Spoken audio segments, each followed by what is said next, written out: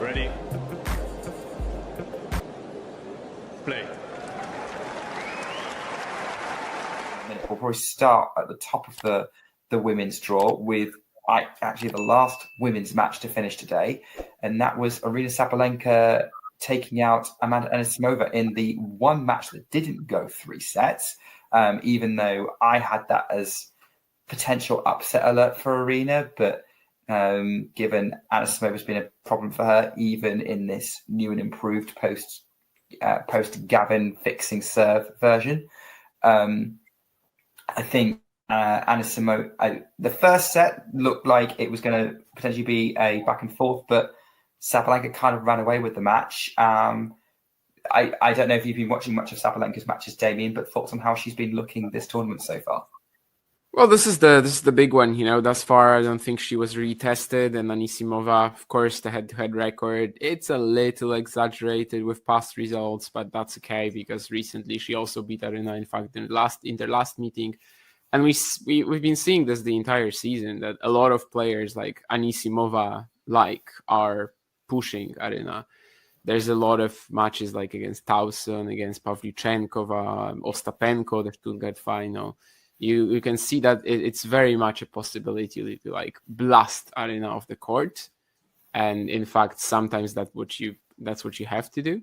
So yeah, it's just an excellent win. I think the entire women's event from here is just so stacked that it's tough to kind of just say that, oh yeah, she is playing very well, she's definitely making the final about anybody there, because simply from here on out, it's just going to be a difficult opponent every single time. I think it's probably the strongest Roland Garros group we've seen in ages. The last 4 IGA titles, they were so dominant for her. You also have to remember the 2019 one, which was a bit of a mess later on. 2018, I guess, maybe would be when you had like a really strong lineup late in the event, because I also wouldn't count 21. With obviously that event also being just completely chaotic by the end of it. So it's really been a while since we had this in Roland Garros. Last year definitely didn't feel like that. I mean, you still had Świątek, okay, battle tested after Osaka, and you, I guess, had Goff, but Sabalenka, Rybakina were in the quarters, but everybody of these players is an even better version of themselves from last year besides Iga. So yeah, I can't really say that the fact that she's pulled through 4 rounds in great style makes her, an overwhelming favorite here or something like that. She's done her job, but every single round from here is going to be just so tough. And we can say that for, you're right, pretty much every player. I think I was thinking all the form players have kind of made it so far. Obviously, we need to see how tomorrow goes. We could see Mira Andreeva and Coco Gauff lose, but that's sort of for tomorrow to worry about. So Zheng Qinwen has come through again today against Ludmila Samsonova in 3 sets. It was a tough opener.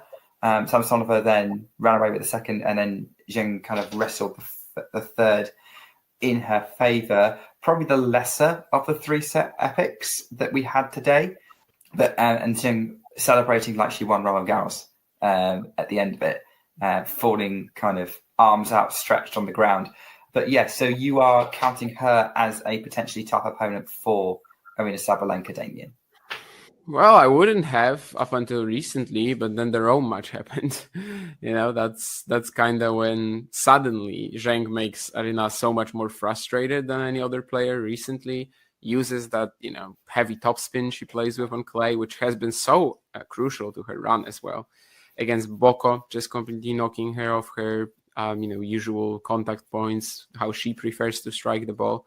Samsonova, as we can see by even the scoreline, it wasn't always easy, but again, that's kind of what wins her the third set in my mind, and it's just going to be fascinating to see her come up against Aryna again, basically probably try the same strategy as in Rome, and we'll have to see if Aryna is more ready this time, if she's not quite as worn out mentally, which I think she was by the Rome quarterfinals, Stuttgart final, Madrid title. I think you kind of, was it quarterfinals or semis, by the way, in Rome?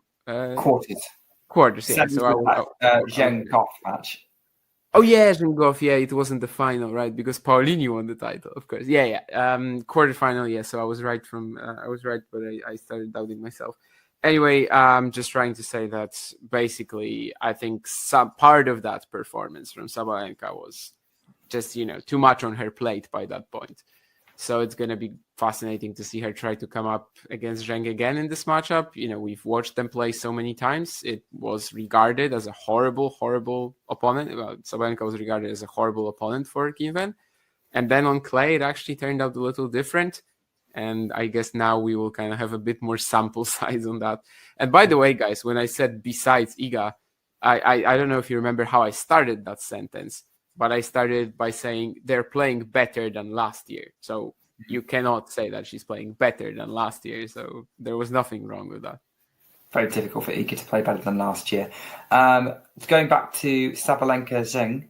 I think that's the key thing here is you're right. On clay, things kind of go back into Zheng's favour. Aryna, I think Zheng's looked a little bit more vulnerable. Really, in her progress through the draw, she's had a few tougher matches, probably needlessly. Don't get me wrong, she's probably played some very different opponents, but also I think Aryna will be fresher than in Rome, and she'll also have an answer to whatever tactics Zheng throws at her. So I am leaning Aryna pretty relatively confidently on this one. I think Zheng takes a set probably, but it's I agree with you. It's going to be maybe more of a battle than other matches in their head-to-head, and it's going to make life difficult for Aryna. But yeah, I think that's where I'm kind of leaning on this one. If you enjoyed this video,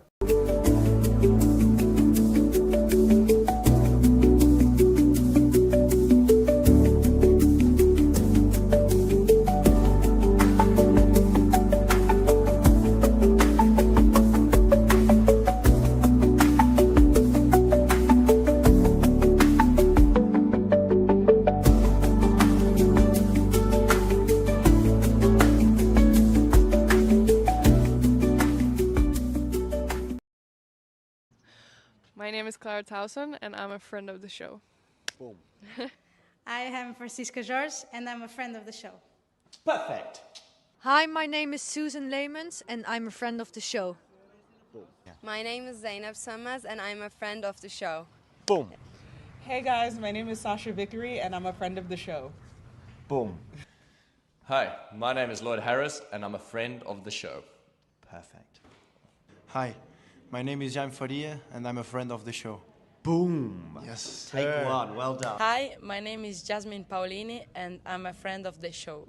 Wow, Jasmine, you got it in one time. Ready? Play.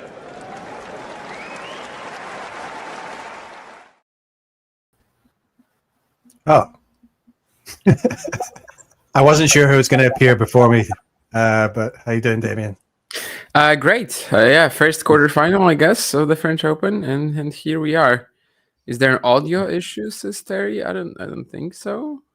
I can hear you fine. I think you sound fine to me.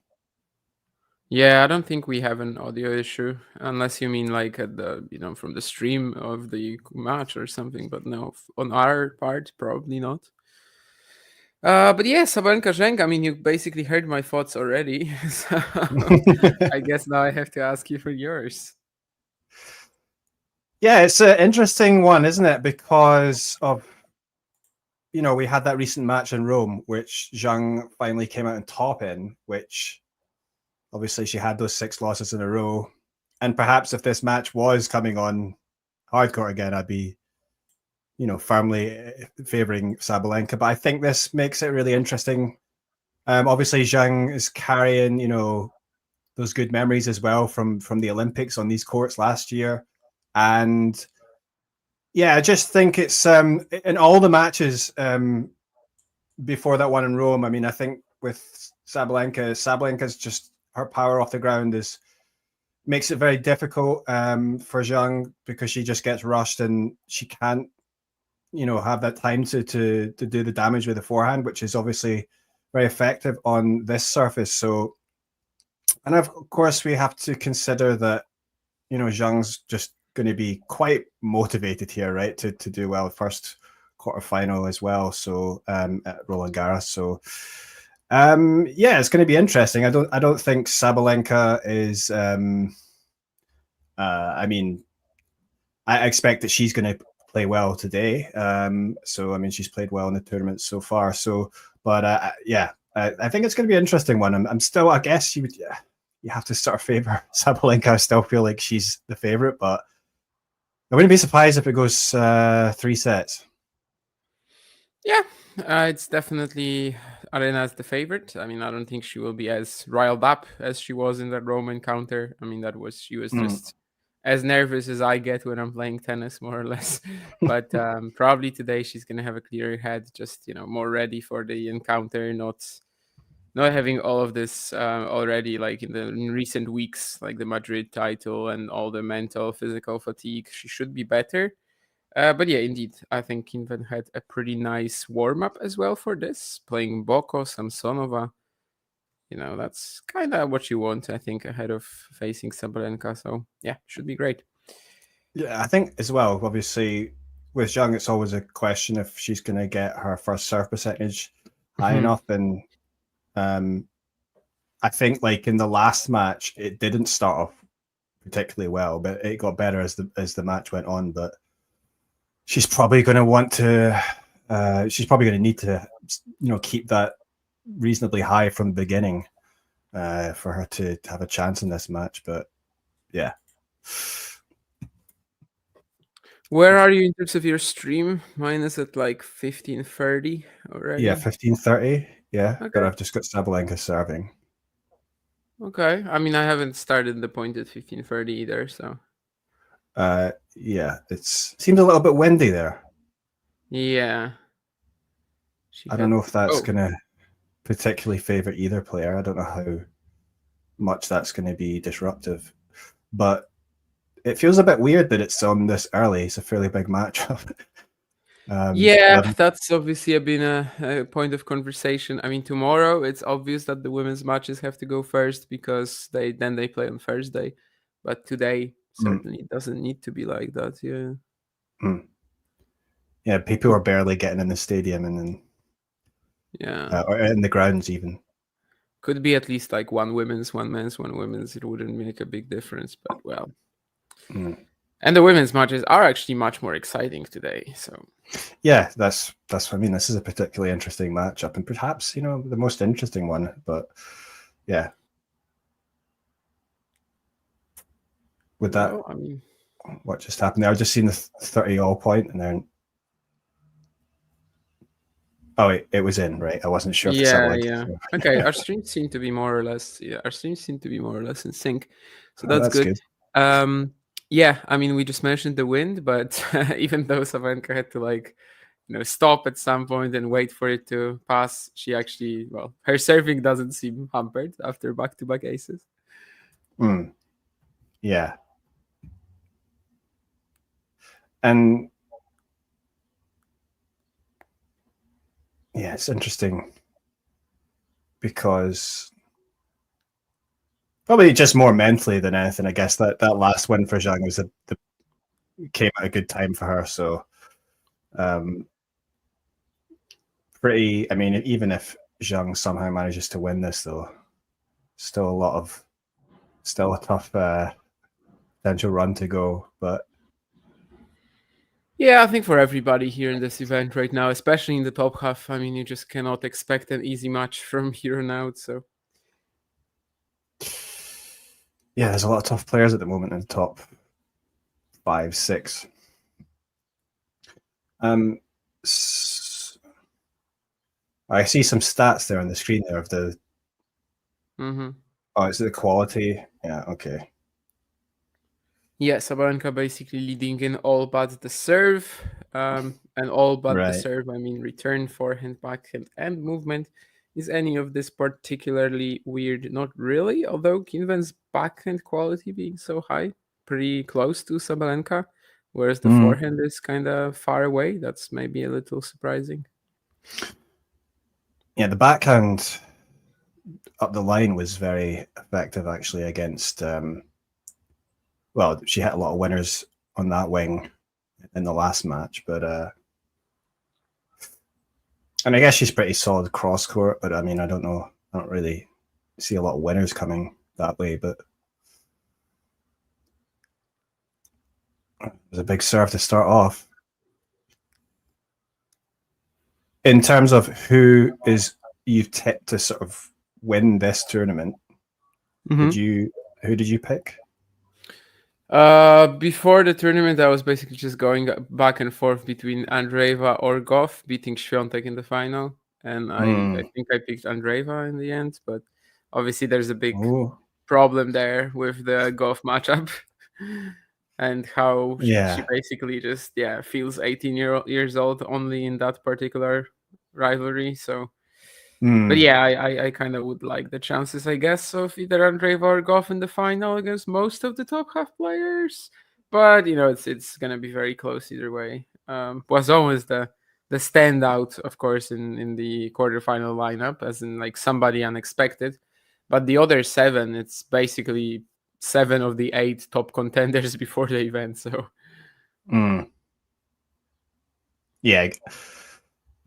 yeah, looking at the draw, you'd say it's in favor of Goff to get to the final at least anyway, but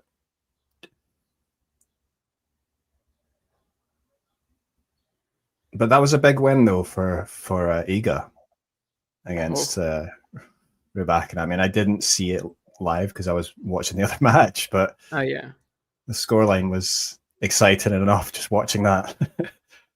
Yeah, I mean, this is the kind of win that sometimes gives you titles. Like you just fire up from there and keep going. The only reason why I don't really treat it as like the Osaka round 2 last year, where basically after that it was so easy until the rest of the event, until the end of the event, is because the opposition is so much stronger. I mean, literally anyone else in the draw is much better than they were in 2024. Even the same players who are in the semifinals and the quarterfinals, like Goff Andreeva last year, Sabalenka was in the quarters as well. I mean, they're all playing much better than they were last year. So it's not a guarantee of anything, but obviously, it was a real champion moment. But yeah, I think it's probably just still probably significant for her. Like she would feel good about it afterwards, like mentally, that she was able to come through that. So we'll see anyway when she takes to the court next, but it might have changed something in her. Let's see. We're at 30-40 now, or 40-30, I should say. Nurlan. Oh, I forgot to show the comments. No, that's just one from Nurlan. I mean, a few, but one that has a question that I don't even know what to do with Nurlan. What to do with it, Nurlan? I don't think the right to vote should be taken away. No.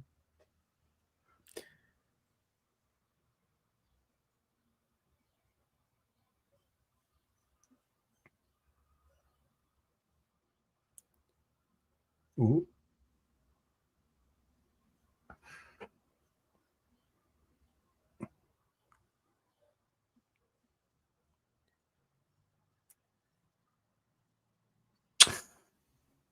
Well, that was a good backhand there from Zheng to get the point done. So not bad. You could argue that she won that backhand to backhand rally, although Aryna was also very close to winning it when she forced Qinwen to slice. But yeah, good for her to just close out this game. Obviously 40-love, and then if it suddenly got really tricky,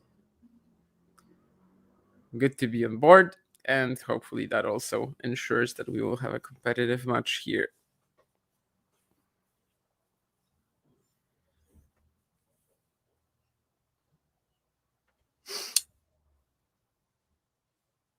And we've also got after this it's Svitolina and Świątek.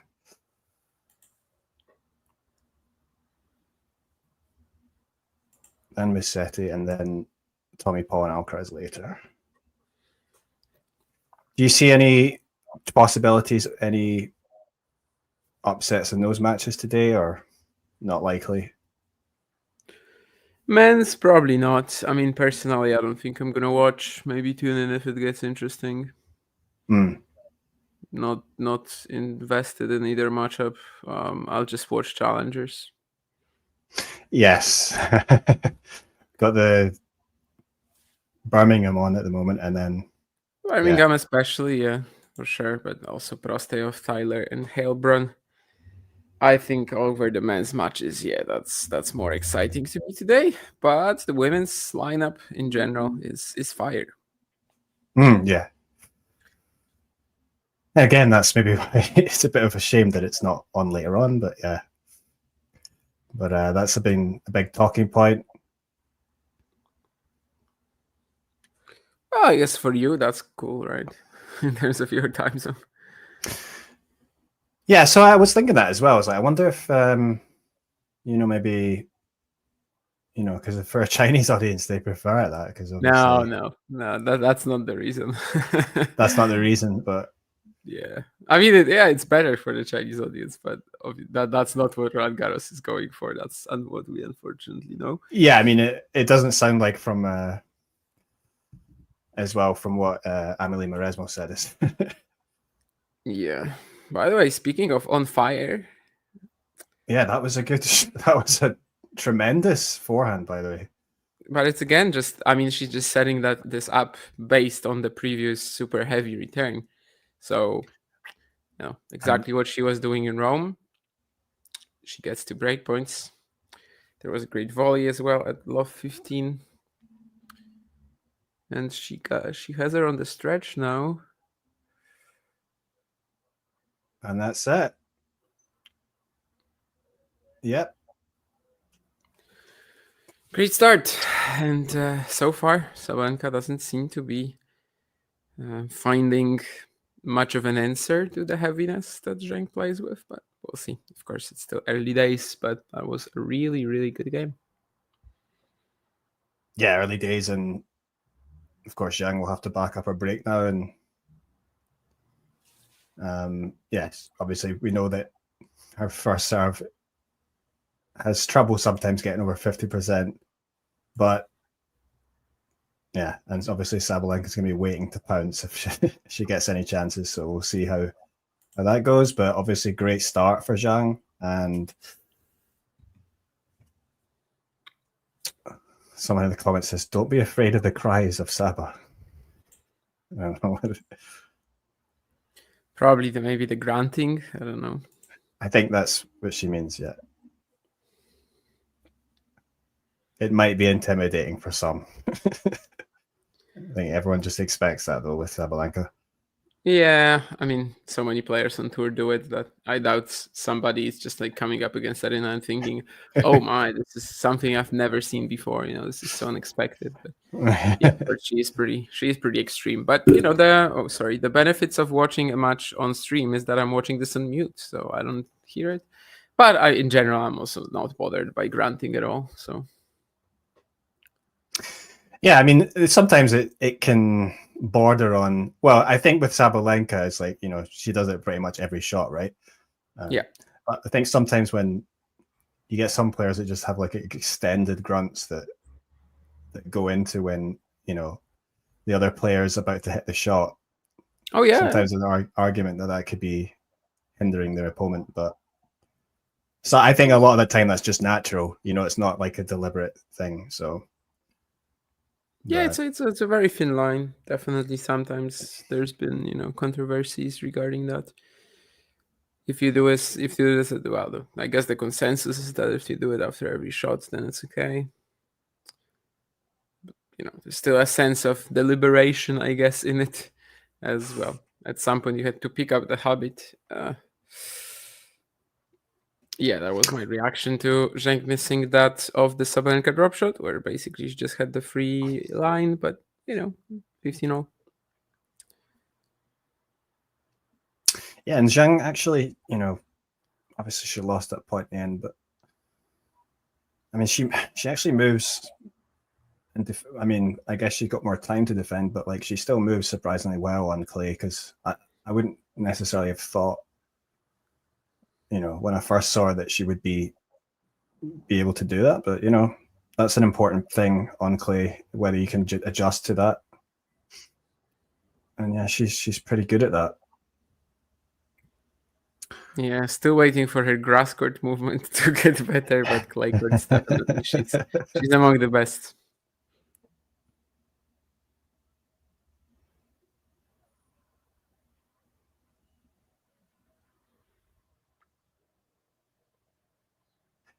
What about you, Damien? Are you much of a grunter on court? No, not really. Only when I'm tired. Yeah. No, me neither. It's kind of weird for me to.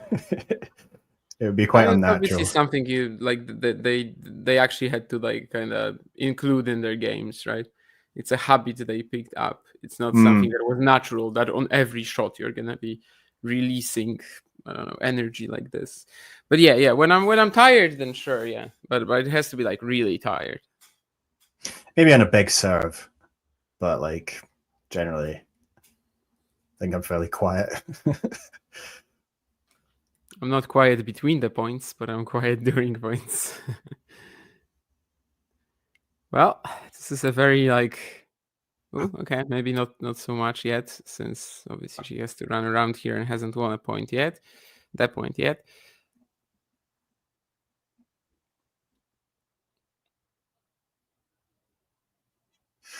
Well, that was a pretty good point in the end. Yeah, well, I was just gonna say that like she's playing this match so far with like real authority. I don't think that's something that she did in the Sabalenka matchup necessarily prior to Rome. Most of the time she was just getting dominated. Obviously, the lone Grand Slam final that she played was against Aryna, and that was an example of a match where she just stuck defending behind the baseline, not much to do there. That heavy power on both shots from Sabalenka is just killing her. And so far today, I mean, Qinwen is the one dictating terms.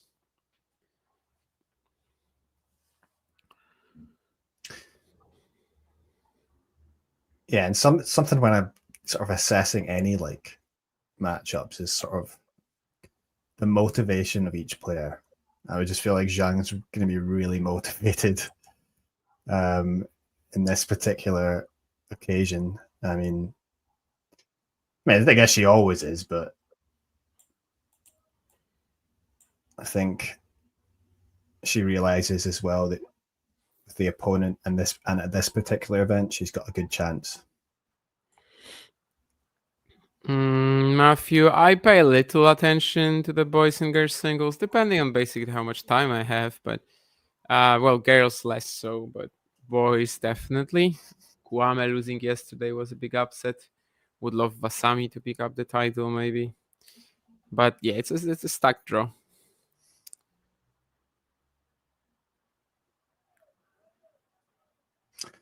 Gilles Simon is your.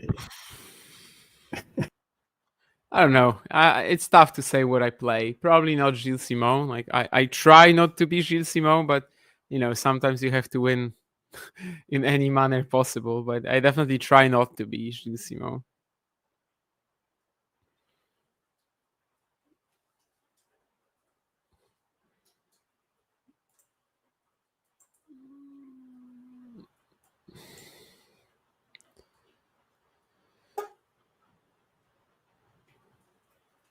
Oh,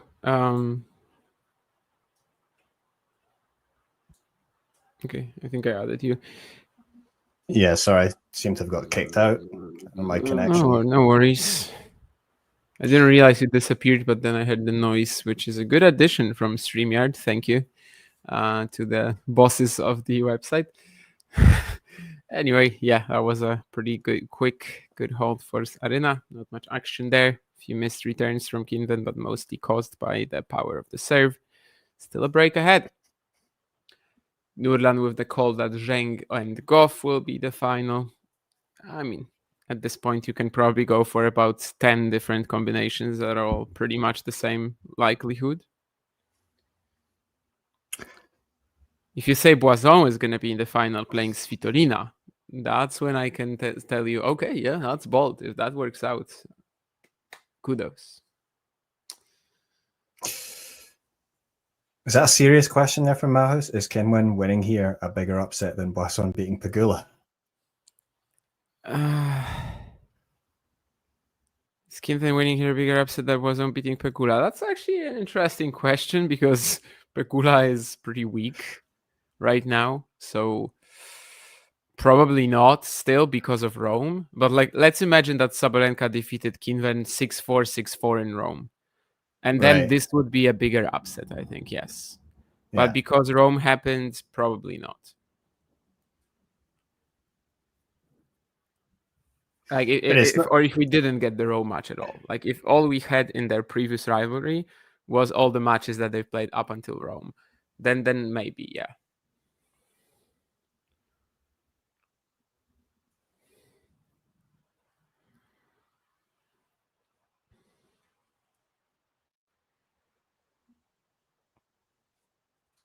Yeah, I mean, and also in this,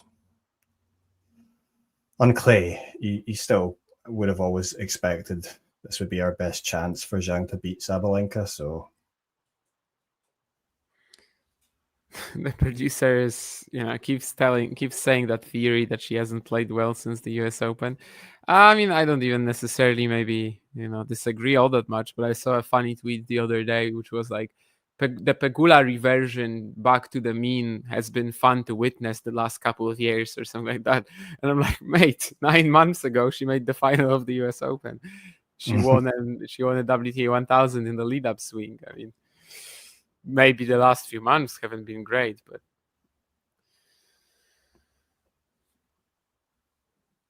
well, here we go for double faults for 1530. Earlier, a backhand unforced error where she was trying to go pretty big on the +1 shot. Let's see how she responds to the first adversity on serve, I guess. I'm amazed at how well synced our streams are. That never happens. Oh, follows it up with a good serve.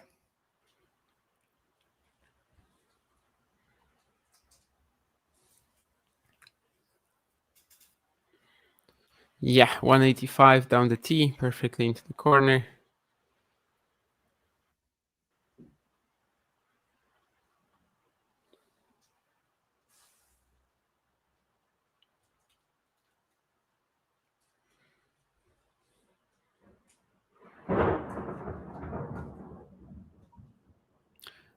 I don't know if you can hear that. I heard that.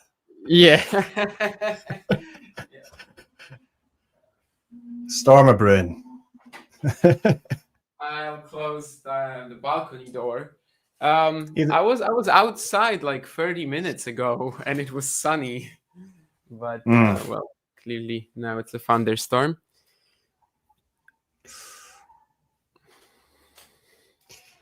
Do you get many thunderstorms there in summer? Tough for me to compare. Like I don't know what many would be, but I would say in the summer they're more likely. Yeah, that's probably like true anywhere. That like when it's hot, then there's that sudden crash, I suppose. Yeah, but I'm not really sure like how many is many in terms of thunderstorms. Would have to look at data. But I don't know, maybe like once every 2 weeks. I don't know. Maybe that's a stretch. I don't know. I'm kind of guessing. Yeah. Okay, there's the backhand down the line, and there's the 4-2. So basically, spectacular serving from 1530. Then also following it up here, and we've got Qinwen still ahead and still playing this like she's like she's bossing it. I'm the one in charge.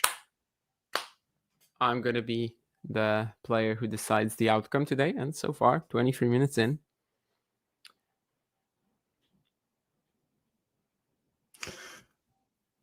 I mean, I'll check, Nurlan. What was your question again about Iga? I think I missed it. Do I think she realistically returns better like that? What? Oh, that was set up perfectly by Sabalenka, and then obviously just a poor finish there. But I don't know, Nulan, what your question about Iga was. The only thing I see is that do you realistically think she returns better than that? But I don't know what that was in reference to be honest.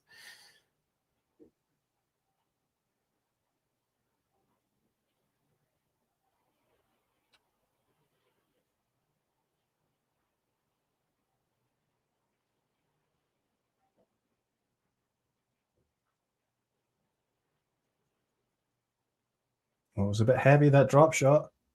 Oh, but Zheng puts the ball long. Yeah, I think every single drop shot that Sabalenka played so far has been atrocious, and I think she won 2 out of 3 points. Yeah. But yeah, this was another attempt where, yeah, just not feeling. I wonder if she'd been watching the Samsonova match, because Samsonova was hitting a lot of backhand drop shots and they were working very well. But I thought you might say, I wonder if she was watching Alexander Bublik with Jack Draper. Yeah, probably was as well. But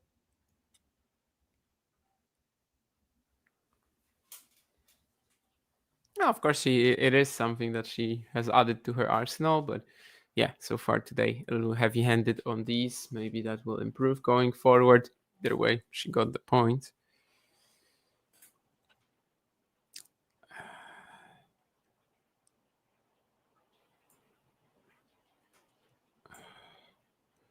Still don't see that question, Nurlan. But if you're talking about Iga returning deeper than, like, you know, in terms of the like, if she's returning deeper, then obviously her returns are gonna be less aggressive, but more percentage oriented. I guess that works for everybody if you give yourself more time. I don't really know. I still don't know what the question is, Nurlan. So.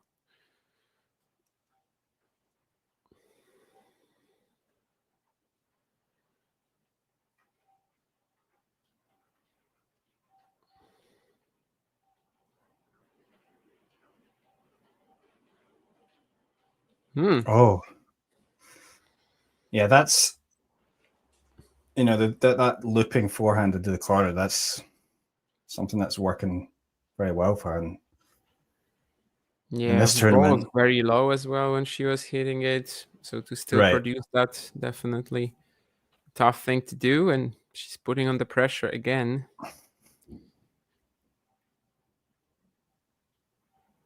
Forehand winner 6-1.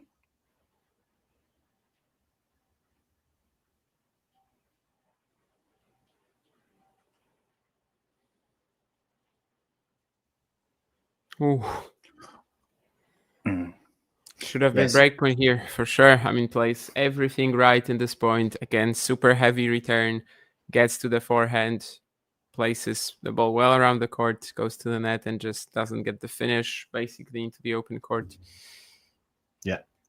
And we don't often see Sabalenka sort of getting dominated from the back of the court like this, but she was. But then, yeah, again, Zheng couldn't finish at the net. I mean, I don't think Zheng's the best, to be honest, in the forecourt. It's always a bit shaky. Yeah, but like this is just like a finish that everybody should make. Yeah, this is true. But I mean, again, there though. Yeah, speaking of her comfort level in the forecourt, that was also maybe not the best idea there. But for free, still leads up a break. But this feels like a game where she easily could have done more, easily could have gotten another break, or at least gotten to break point. Of course, at least 2 or 3 points that she badly, messed up despite doing everything right up until that point. And Matthew, Daphne Petri Pericard is not a serve bot, unfortunately. Although, she might still grow. She's like 16, I think. But yeah, she's not a serve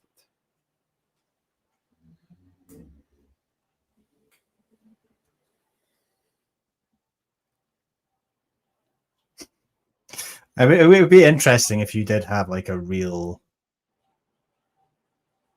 like a John Isner equivalent on the women's tour. Like, Yeah, probably even some of the best serves we've ever seen, like they still had baseline games, like Pliskova or I don't know, Sabine Shiki. I don't know. Yeah, it's tough to find somebody who could only just serve, really. I don't know, like a 6'8" woman. You maybe just find some really tall athlete and then just train them in tennis and just teach them the serve, see if it would work. I guess that's what kind of happened to Isner, right? He didn't start playing until he was like 12 or 11. Right.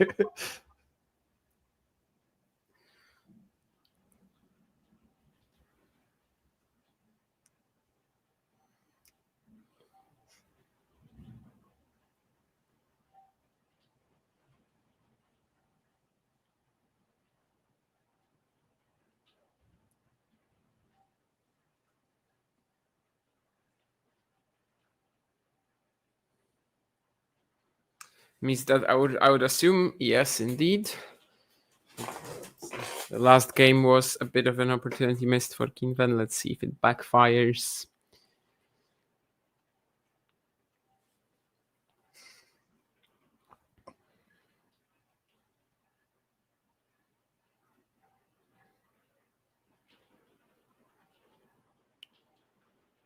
Oh.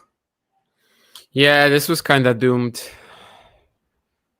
A short ball like that of the backhand side is actually pretty difficult, and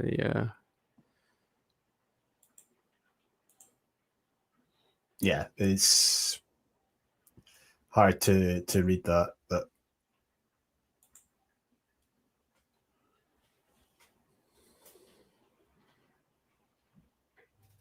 yeah, Zheng's probably wanting to, maybe needs to get this first set if she's going to win the match. And yeah, the way she's playing right now, I don't know. She's just in charge, Yeah. She has been by far the better player on the day so far. Yeah, but if tennis, if something happens, she might rue those chances that she's had, and somehow Sabalenka sneaks the first set.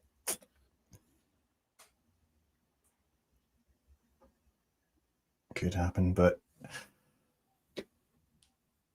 our second serve. Yep. And she's always been wearing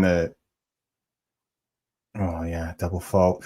She's always wearing the compression sleeve. She's been wearing it for a while, over several tournaments. I wonder,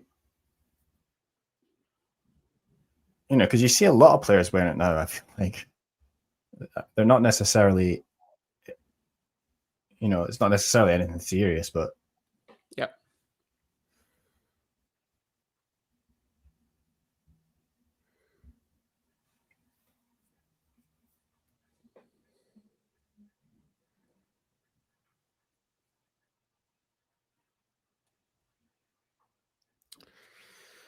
Yeah, that's back-to-back double faults here to go breakpoint down. Yeah, perhaps with her technique as well, like reliant this much on the arm power and the high ball toss. Perhaps it's also helpful to just have that extra cover for your arm a little bit. But anyway, right. 2 breakpoints. Well, 1 breakpoint, of course, after 2 double faults. So, and she also misses the first serve breakpoint down. This is just what I was saying. Like it could suddenly switch, and then now under pressure.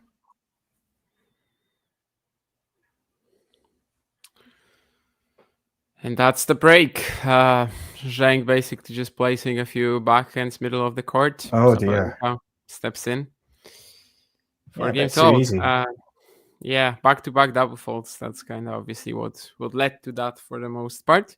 And suddenly from being 4-2 up, not having a break point to go 5-2, but having a few points that previous game where definitely she could have won it. She was in a good position and just kind of messed it up.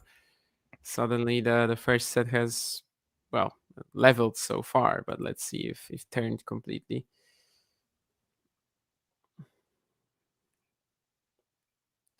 a backhand quality there. 8 for Zheng, but then, the other Goff, Swiatek, and Sabalenka a little bit above her. You could also say that's where they are in their games in general.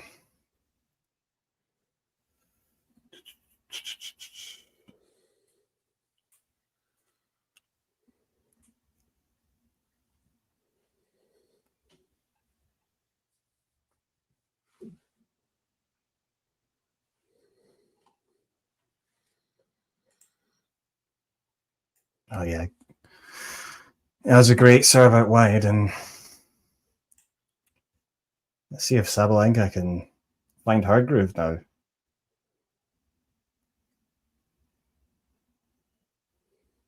$192 kilometers.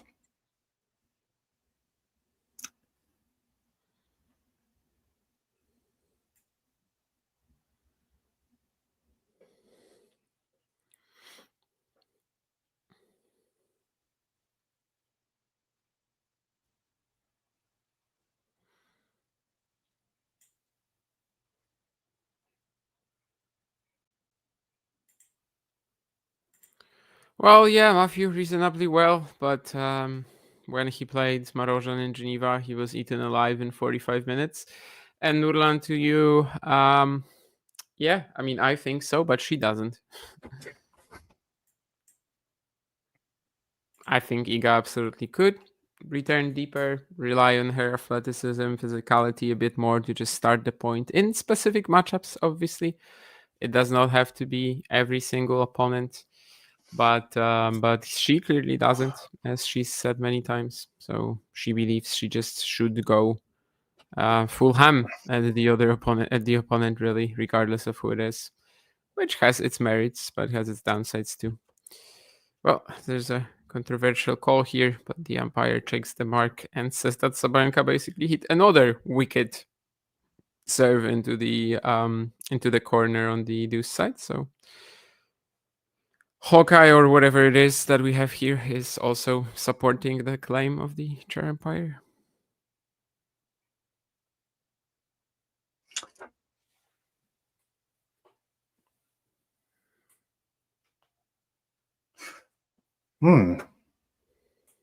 Yeah, now it's just pure nerves between the two, really. And for all, from 24 points, one each. From here, it's gonna be just a battle of nerves until the end of this opening set. Yeah.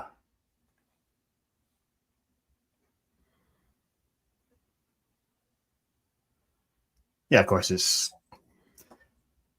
going to be nerves when you know that Zheng could serve for the set if she gets the break here.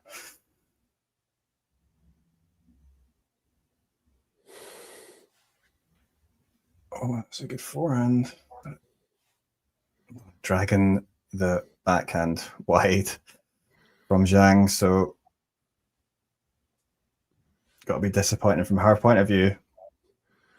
Oh yeah, I mean the return was pretty much spot on, exactly what she wants to do. That super heavy loop. I know that she didn't get like the easiest ball to attack off it, but there was obviously also no pressure to miss it, really. So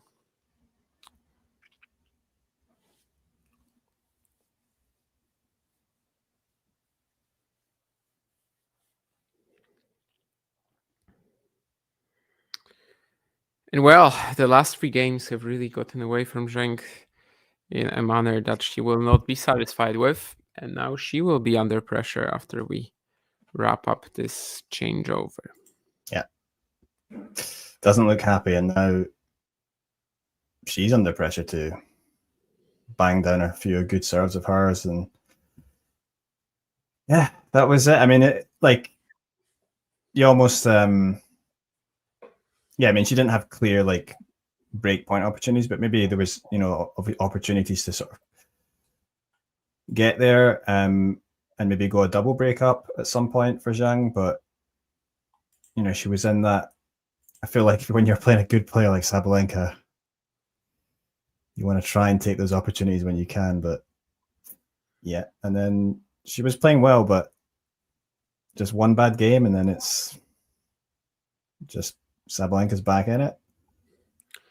Matthew, I'm not the biggest expert on the college system, but basically the schools invite you to play more or less. I mean, finances don't matter because if you're playing for your college team, tennis, for example, you are not paying for the studies. So.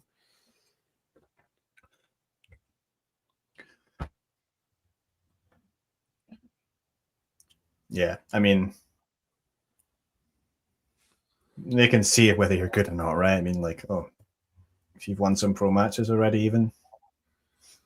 Yeah, I mean, there's like the whole system of drafting and recruiting, basically, and yeah, that's what they do. I mean, if you're a tennis player aged like 17, 18, you're probably gonna get some schools from the US trying to get you on board. If you're very good, it's gonna be Stanford, it's gonna be Georgia and the likes, and if you're not, it's gonna be some random universities we've never heard of. But a lot of players around like 18, 17, even ones you wouldn't expect, they do have some college proposals, and they're not connected to money now.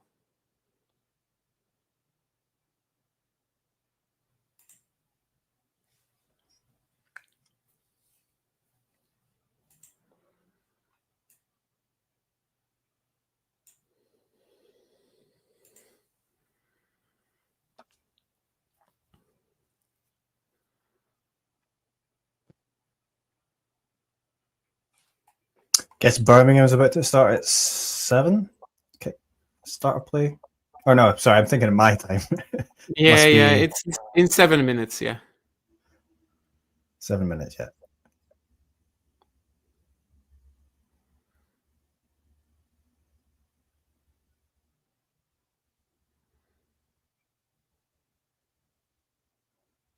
Of course, the women's downgraded, right? So it was a 250. Now it's just a 125. Yeah, because it's in the second week of RG, but there was no men's event in Birmingham, so it's like, yeah. Can they get that? Okay, this time the drop shot was, well, not perfect, but it didn't need to be. Just the moment of playing it was enough.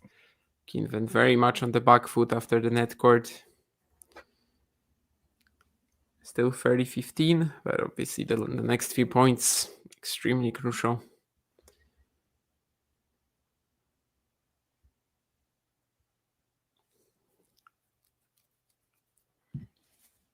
It might not be sunny here, but it clearly is in Paris. The roof's open.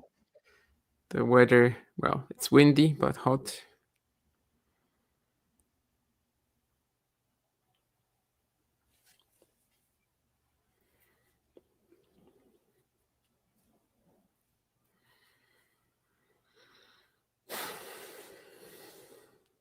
Another second serve.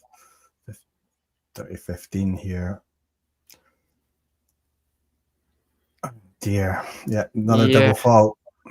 Another serve and another double fault, and you can say it's just 4 in 5 games or something like that. Well, just 4 in 5 games. It's maybe like not the worst, but the timing of them has been 30-15 last game. Obviously, she makes 2 to get Sabalenka a breakpoint, and here 30 all, just 2 points away from losing the set now. It's been a real issue for Qinwen here.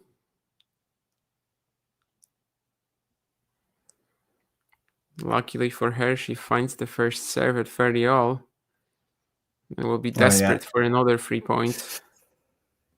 Yeah, that was.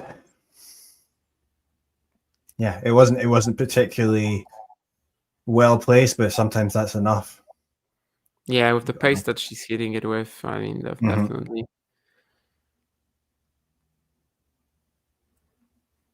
Perhaps also could be a bit of a moral for the future for her, that maybe with the way that she's serving, she does not always need to go for the corner. Anyway, second serve here.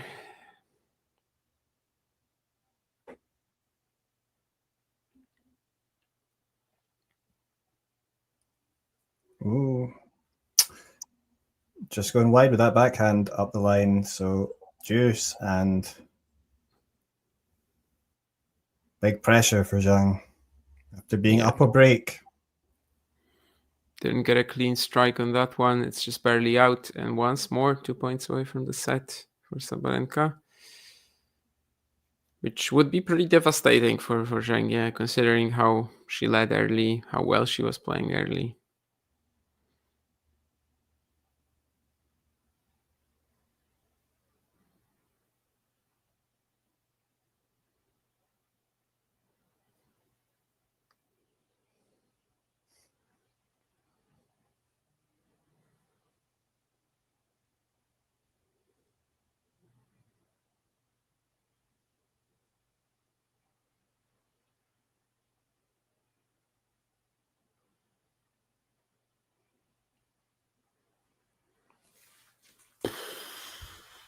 Okay, I mean, that was quite a point. Wow.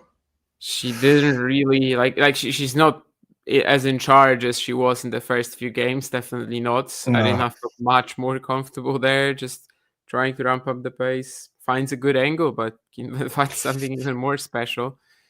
Yeah, that, I mean, that was a great angle, and almost like, and I've seen it quite a lot with Zheng, but you know, she's quite stretched out in the corners, but she manages to get good balls back, and that was an excellently well placed forehand cross court into the corner. Millimeters away from a set point for Sabalenka, but it's Zheng who has another game point.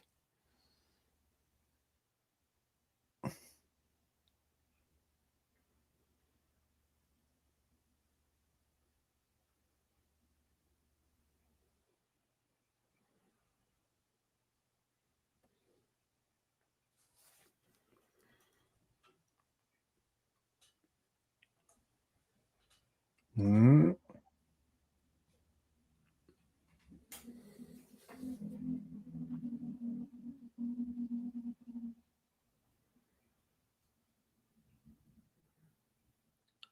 Ten backhand unforced errors for Zheng, 3 for Sabalenka. Was that an unforced error? I guess so, but definitely a longer point between them.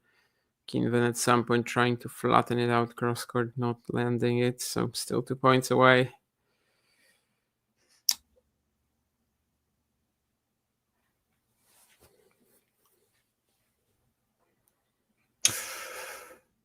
Yeah, well, that eases the pressure a bit when you can serve like that. 7 minutes on the clock in this game alone.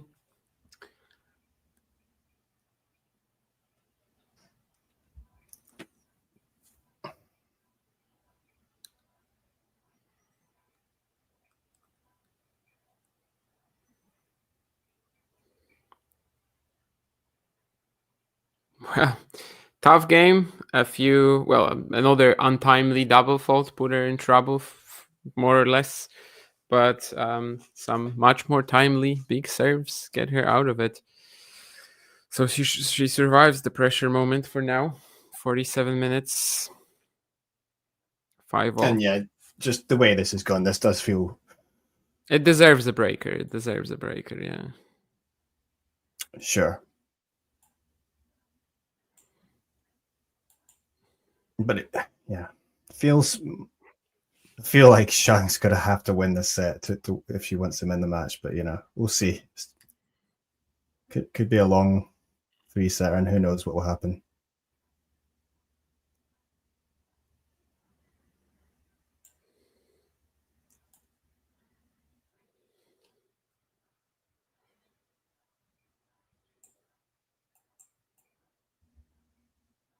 Yeah, I still don't think Sabalenka looks quite that comfortable.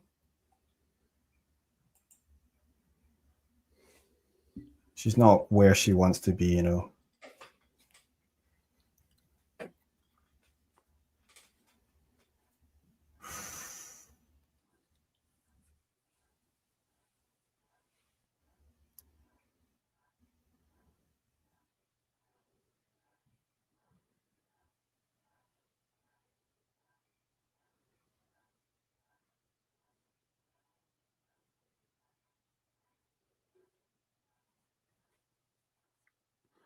Yeah, this time Zheng hesitates when she has that down the line corridor with the backhand. that does not end up working out for her, as Sabalenka was fully ready to just absorb the pace of that cross-court shot. Yeah, that was better.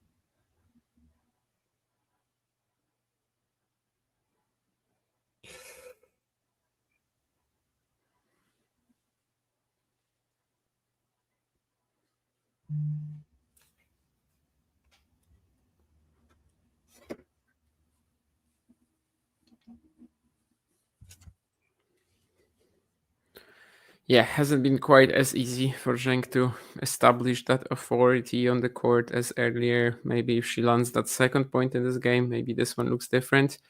But now Sabalenka looks pretty likely to take it. Should be able to put the volley away. 6-5, and once more, she will kind of put Zheng on the spot.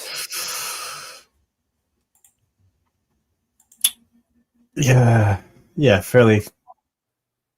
Yeah, at the start we thought maybe might be difficult, but no. In the end, comfortable hole for Sabalenka, and Zhang's got to take it to a tiebreak. See, the first up, it's Coleman Wong against Johannes Monday again in Birmingham. Maybe not ideal for Coleman to have to face a Brit in his first round match, but Nulan, a better question is, how do you know Georgi Kachapuridze from Georgia? As I just checked, and he has 3 ITF qualifying matches in his career, and that's it. Is he a friend of yours or something like that? I mean, I obviously don't know him now. Most recently, he played this year in 11th of May against Edward Winter, and he lost 6-love, 6-love. Edward Winter, he's is he not? I think he's in college, isn't he? He's Australian. I think he did go to college. Yeah, had a good junior career. Some wild cards in Australia. Do you usually prefer to play tennis when there is a lot of people watching, or alone, you and the opponent? Do you think that when we play tennis, there is a lot of people watching ever? But yeah, what's your preference, Eddie? Yeah, I can't say I've ever had a lot of. Well, maybe when I was a kid, like played some tournaments. Okay. But like, it's just like I'm not sure if you prefer it, but maybe you play a bit better if there's people watching. But I don't know. There's definitely a bit of a spike of motivation when somebody comes in, for example, to watch. You're like, oh yeah, for the first 5 minutes, you're gonna be playing at a different intensity. Yeah, I don't know if I've ever had many people watching me play tennis, to be honest. Maybe just a few at some events. I don't think it really made my game better or not. I had this one table tennis semifinal, which was like maybe 20, 30 people watching. And it was, well, I think I was pretty locked in, but also I was doing a lot of like gestures. And I feel like I was kind of, because the crowd was there, I was expressing myself in a different manner. But I don't think it actually impacted my play. So my answer is I haven't really played enough in circumstances like they are playing in to really know if I would like that or not.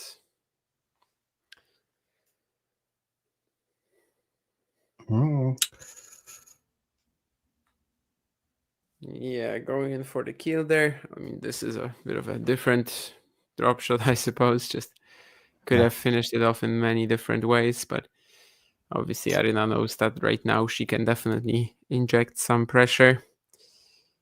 Yeah, simple drop shots for her, but they're working well. Okay. Pretty slow block return from Sabalenka. I guess she was still expecting to be in the point, but Zheng, plays it pretty smart. Probably the slowest forehand winner we've seen this match, aside from for the drop shots, but that's actually perfect.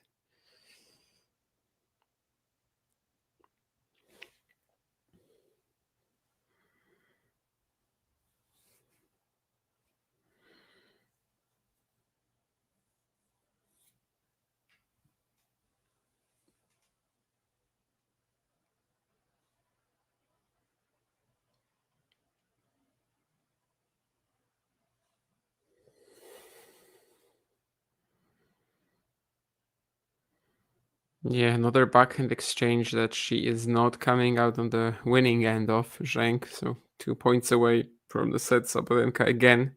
I mean, the last 15 minutes, the early peaking from Zheng has definitely dialed down. Also,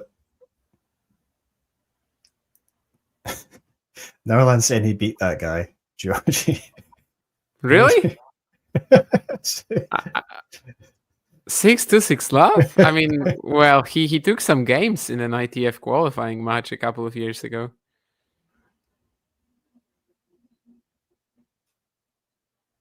So I kind of don't believe you, Nurlan, to be honest. Wow. Whoa. What? Zhang's just stopped here. Yeah, she seems to think it's out, but actually it's not, according to the umpire. I mean, I haven't seen the Hawkeye yet, I don't think, but just like from watching it in play, I would probably side with this being in the court. Yeah, it wasn't obvious. I was like, it took me a second to work out what she was doing there.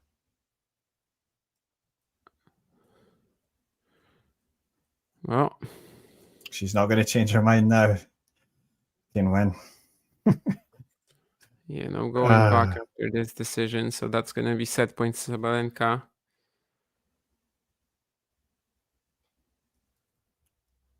Tension, even in such a way, can definitely be exhibited by the players. And now the first set point for the world number one. Gonna miss the first serve down the tee as well. Well, it would be pretty fitting to end on a double fault, but hopefully that's not the case. I mean, she's going to be kicking herself if this loses this game right now.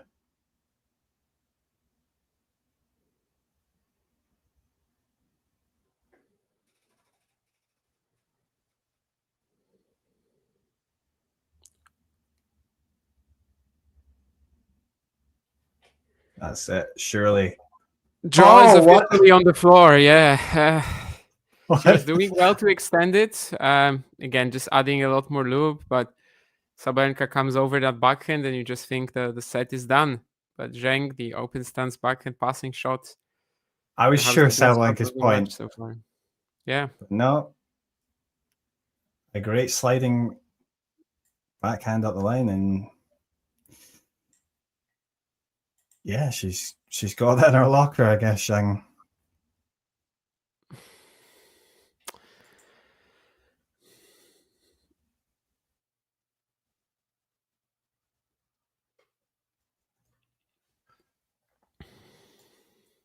I don't know what to tell you, Nurlan. The guys that he took games off, that Kachapuridze guy, I don't know them. Daniel Spasibo and Roman Nashatyrkin. But yeah, I would be excited, definitely, if someone suddenly showed up on the Challenger Tour by the name Nurlan Ramazanov. Would I think that it's you? I would say, I mean, it's such a unique name that I probably would have some doubts. I wouldn't instantly believe it, but I would at least be like, can there really be two Nurlan Ramazanovs playing? I mean, at least interested in tennis? I don't know.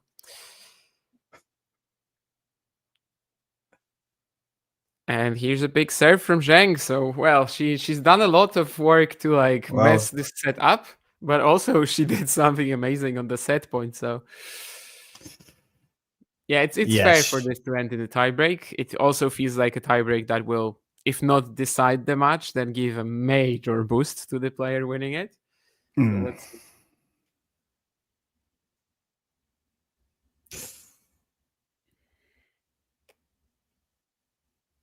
Someone in the chat there on Tennis Asia saying, when are they ever going to ban people from screaming during a game? Absolutely annoying and disrespectful and disgusting. It's just part of the game, isn't it, though? You can't ban it. That's never going to happen. Well, you could ban excessive grunting, but is there a reason to? I don't know.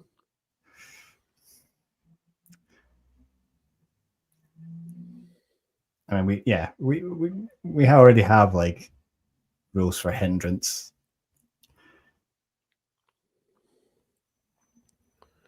You could change, the rules in regards to what is hindrance or not. But yeah, finally a bit of a return 1-2 punch of the kind that she was playing at the beginning of the set from Zheng. Heavy return, steps in for the second shot, doesn't give Sabalenka a chance to breathe. Gets the first mini break, although I imagine here it's not really going to be a tie break of just one mini break or something like that.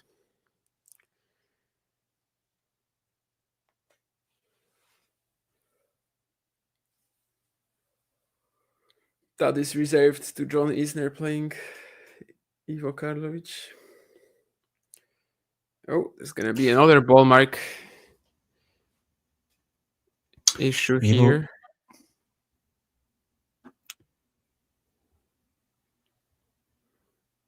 But that just means first serve Zheng as the chair umpire decides that it was in. And again, the Hawkeye or whatever is backing her up.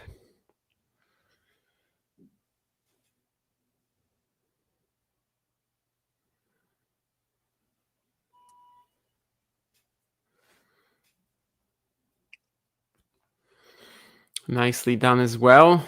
Qinwen running around her back and hitting that very heavy upspin shot with the forehand. Sabalenka was a bit in two minds where to try to chase down, where to anticipate it.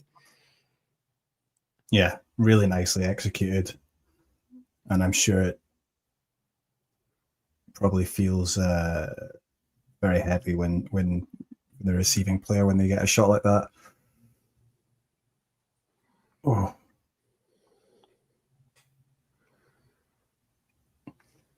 Yeah, that's similarly classed though on the Sabalenka return, which basically with her the point. She still has to play that forehand very precisely into the corner, but yeah, that's just that. Well done. All about the return there, but yeah, 2-1.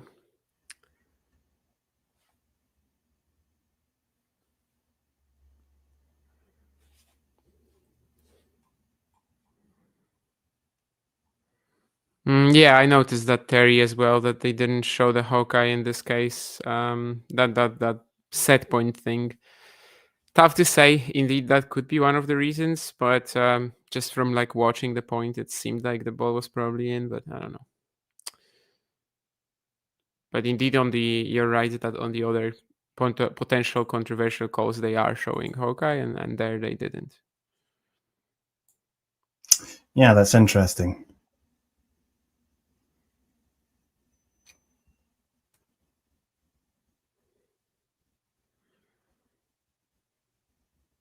Well, I wonder as well, like, are those must be shown in the stadium as well, right? Not are they sure. shown in? I yeah, don't know. I don't know what the feed is that they get on the the screen high up. No idea. Yeah. Probably would be a good idea would be not to show them, probably. yeah, right. Well, especially if it's not, if it's colliding with what the umpire is saying. Yeah. On TV, I don't think it matters that much, but on the screen in the stadium, yeah. Yeah, you got to be careful. Paris might cause a riot. Okay, so that's not a great backhand.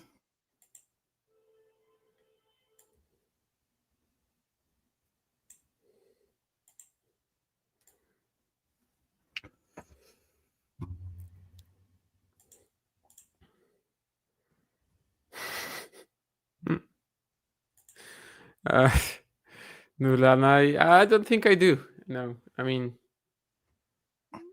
there obviously has to be some sort of evolution regarding rules in any branch of life in any particular field, but I don't think rules are only there to be broken. No. Well, from 2-love up, this has gotten a lot more difficult for Zheng with another stellar return of Sabalenka, granting her the point. Lots of heavy pace on the last two or three rallies. Qinwen late on the ball both times, and now Aryna is the one leading this 4-2 up. And I remember in Zheng's last match against Samsonova, she was down 2-4 in the first set tiebreak, came through to win it. She'll need to step up and do something special here, probably, but let's see. Famous opening set tiebreak she won at the French Open as well, was against Iga Swiatek 3 years ago. All right, yeah.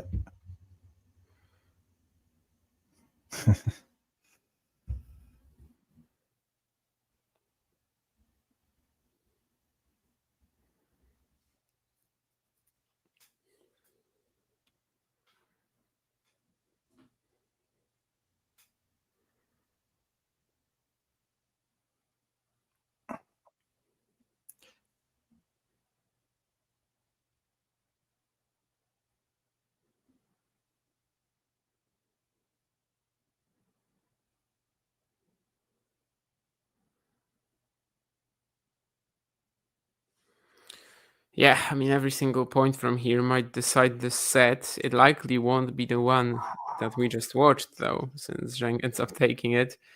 Plenty of stuff happening here. Some shots that Sabalenka was very uncomfortable on, then the slice from Zheng. Finally, it's a powerful backhand down the middle of the court that grants her the win. Yeah, she had to play that carefully, I think, Zheng, but in the end, working out for her that point.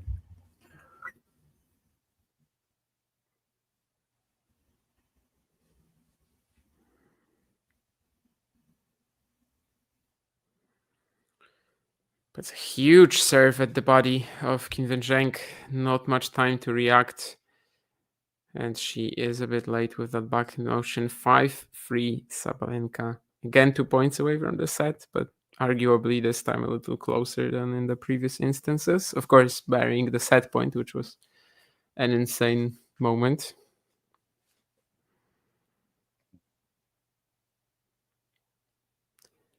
And unless we have another ball mark controversy, and I don't think we do, she's going to be even closer to winning the opening set now after an ace down the tee.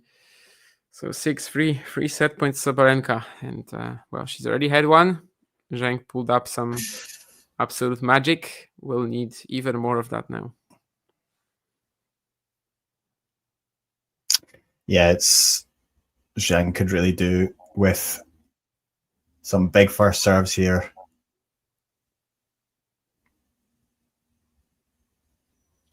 She does get a big first serving, but it's returned. Oh, the drop shot working out for Sabalenka. But again, it was horrible. Again, it was not good at all. He basically just gave Zheng the ball, and once again, Qinwen missed it. A few of these this match, obviously, already. I think like 3 or 4 at least, where after a drop shot, Sabalenka is not in charge of the point at all, but Qinwen just misses the final shot. Yeah, that was still 7-6 there. They were showing it still as 6-6 on the scoreboard there, but yes, Sabalenka does lead 7-6, and Zheng's got to be kicking herself given the chance she had. Yeah, 4-2, there were some opportunities to go up 5-2 for sure. Then the two double faults kind of put her back, just let Sabalenka back into the set at 4-3. From there, I guess Aryna was the one pressuring, and she gets the set. Is it is it an equivalent of almost getting the match? I guess we'll see whether Qinwen will still have a lot of belief early on in the second.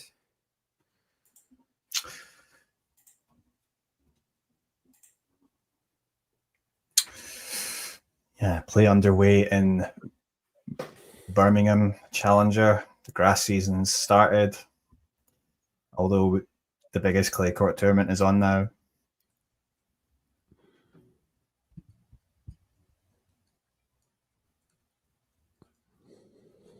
It's been a pretty good match overall between Sabalenka and Zheng. I think there's more to come. Just a question now if the intensity will stay as high as it's been, or there will be some sort of a disappointment, effect on Zheng. The two serves from Aryna as well, 4-3. I mean, that was just pretty tough to overcome. Yeah, we see Zheng going for more winners there, but the unforced error count also higher, and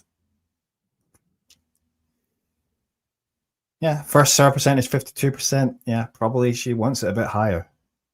It's yeah.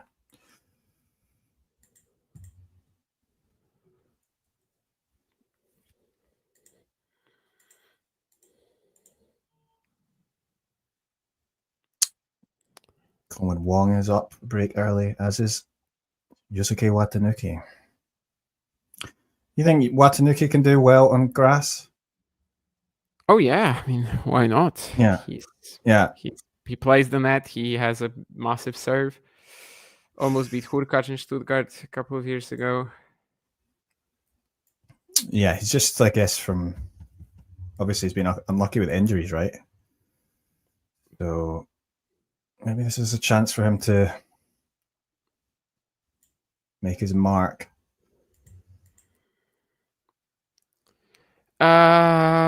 Jane, there is a chance. Tomorrow I might do a men's match.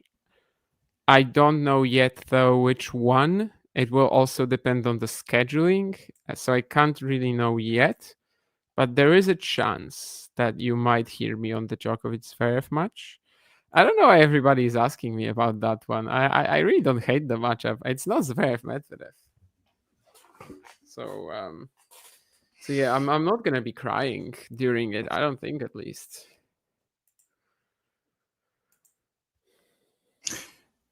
Who do you think wins that, Zverev and Djokovic?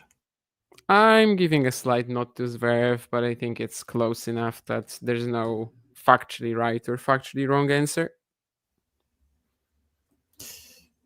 Yeah, right. I agree, but I think tennis-wise, I think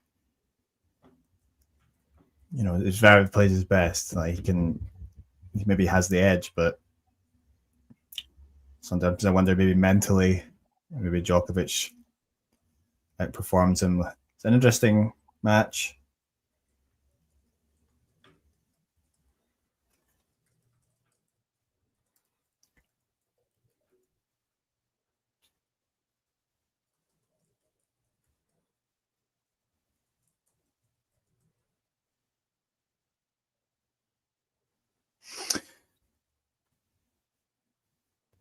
Yeah, so I mean, I think this could be another interesting to see. Now Zheng will be coming out serving, but feels like it could be a close one again. But I felt like maybe Zheng really had to win that first set to come and win the match. So she's gone off the court, right? So to be honest with you, I'm watching Tabilo Barton, but yeah, I will be back on the stream in a moment. Yeah, so she's just back on the court now, Zheng. Okay.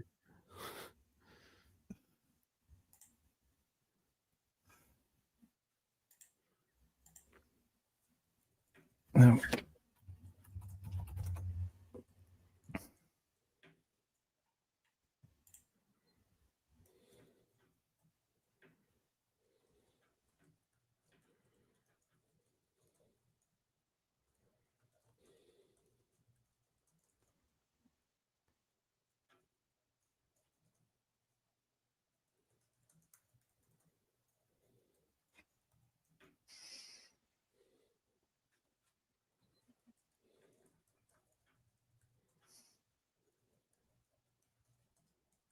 Yeah, 74 minutes. That was a long first set.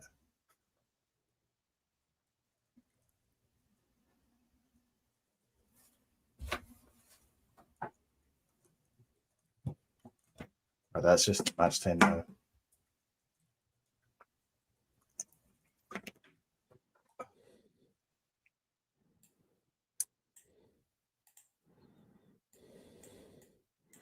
Yeah, it was like almost an hour, I think, when they started the tiebreak.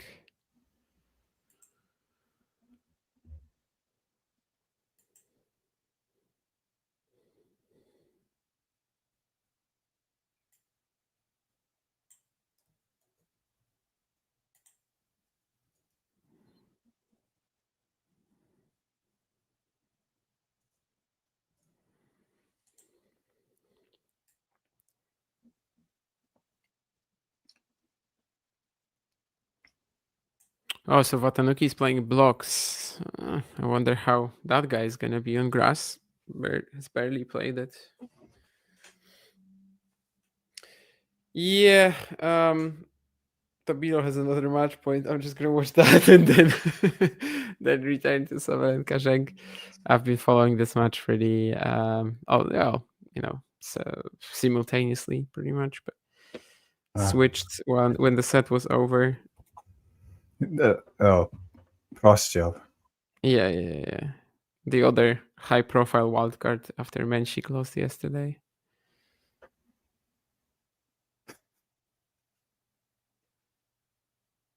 I wonder why. I mean, I guess it's his home time. Maybe he was just going to go there anyway. So he's like, I might as well just play the tournament. Yeah, I mean, it's a pointless decision. I definitely think so. But also there was somebody telling me that Jakub has like a brother who cannot travel and basically just wanted to see him play. But yeah, in general, I just don't think he benefited from that at all. Given that he lost in the first round, though, he can just like go enjoy the grass preparation now, I suppose. Mhm. But yeah, it was clear that he hadn't dealt with the Rocha loss and probably also had this feeling of like, why am I even there, right? I'm not saying this is something wrong, but a lot of top quality players, and they sign up for a lower tier event, they're just like, at some point, even subconsciously, they're just thinking, what am I doing here? Why am I rank number 19 and playing a 100 pointer? Like, what's there for me to gain? And if that was a thought in his mind, I also can kind of understand it. Yeah.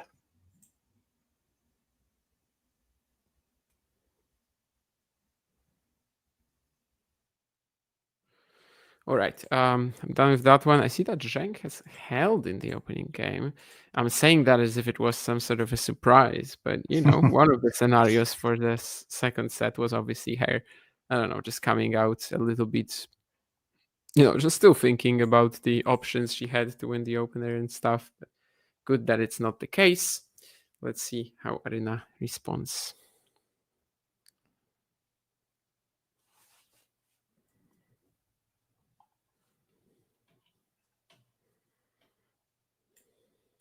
Wow, that was a great forehand cross court there from Zheng. Injection of pace.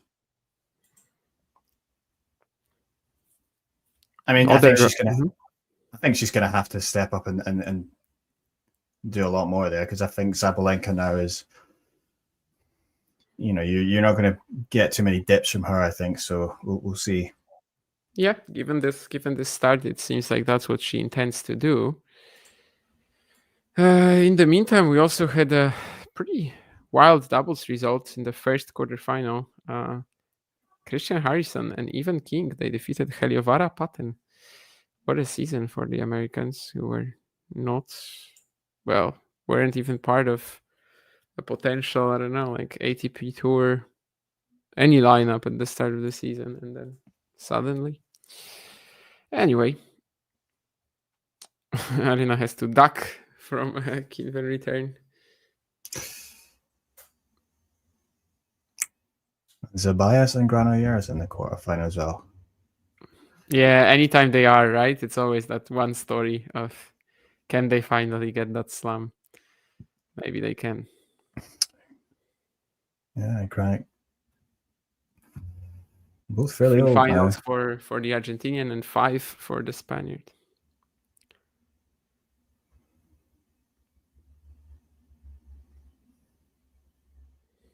Although, is 40 considered old in doubles these days? Probably not.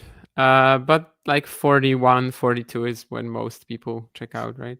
I mean, Bopana is, of course, an example of somebody who didn't. But like, I don't know, right now you have Rajiv Ram around that age, and he's clearly not as good anymore. Nicolas Mahou just came back. He's like 42 or something like that. But yeah, I guess 40-ish is when most give up. So I think it's probably one of the last seasons when they can do it, yeah. 30 all here. Still look quite windy there. You see the dust or the clay blowing up.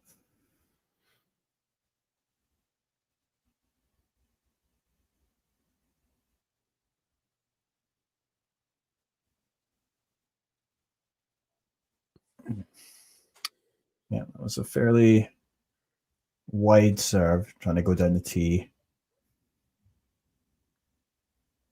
The second serve now for Sabalenka.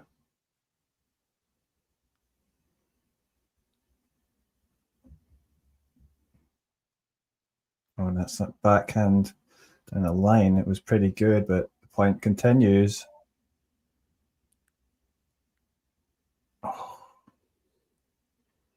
Yeah, some excellent defending there from Sabalenka. Obviously, barely makes that one backhand, but the squash shots earlier does so well to keep herself in the point and avoid going down the break point.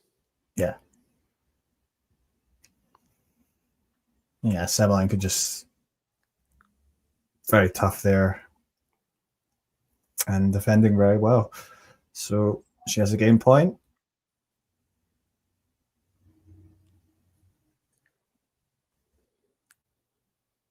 She seems a bit annoyed with the wind, but yeah, she's definitely the one who's like expressing it a lot more. I don't know if it's it's quite high ball toss as well she's got, so well, she is playing the queen of high ball tosses. So. Yeah, sure. Yeah, that was Zheng's ball toss is an interesting one. High ball toss or not, she gets the game despite looking indeed a bit uncomfortable with the wind, and gives the ball back to Zheng.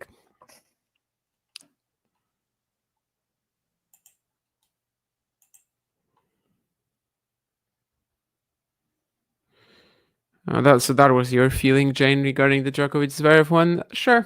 I guess I just don't really care for outside of play. And I think on the court, Djokovic-Zverev is a bit more interesting to me. If we have to go for a walk in nice weather for an hour, would we rather do it in the morning or in the evening? Me, when I go for a walk, it's typically in the evening, but that's mostly because I do some other activity in the morning. So I think it's more dedicated by my overall schedule for the day. But for example, today I went for a walk in the morning because I have table tennis in the evening. So I don't know. I guess I'd rather do it in the evening. Evening is just, I don't know, more suitable for me, but that's also because of my general schedule of the day, Nurlan.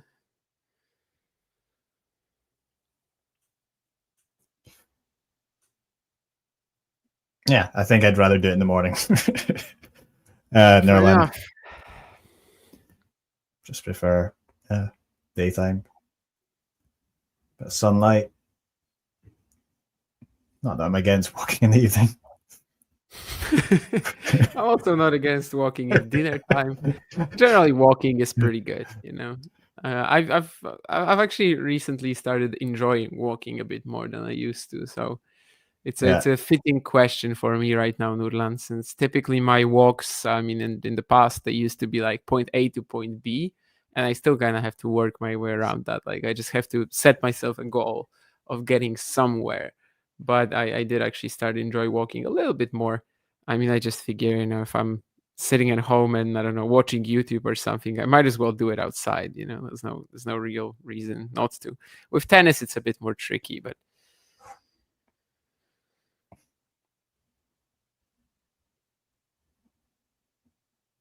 some knifing slices from the two players there. What a touch rally. And I don't know if this is, yeah, I guess it is expected, but in that sort of play, Sabalenka does end up coming out on top with a really good redrop.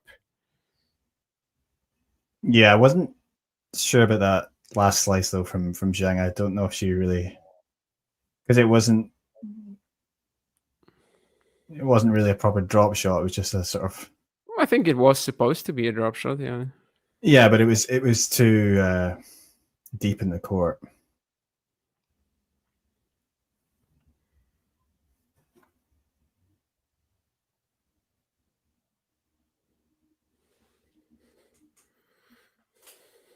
Yeah, but yeah, something Sabalenka was like kind of taken aback by. I don't know what.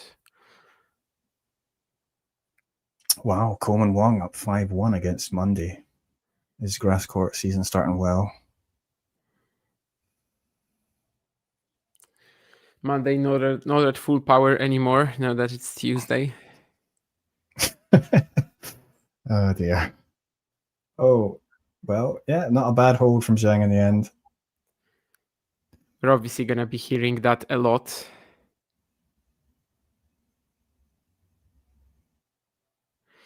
Do table tennis players do a lot of table training? I mean, professional table tennis players, yes. Myself, yes, but only from recently. But, you know, at like my level, I think most players don't. But professionals, obviously, I mean, it's just like any other sport. Yeah, it probably is some benefit, right, to a table tennis player to stay lean 100%. And all that. I mean, it's how you get advantage over your opponents, really. I mean, just like in tennis, you basically have to be you know, as quick, as fast as, and you know,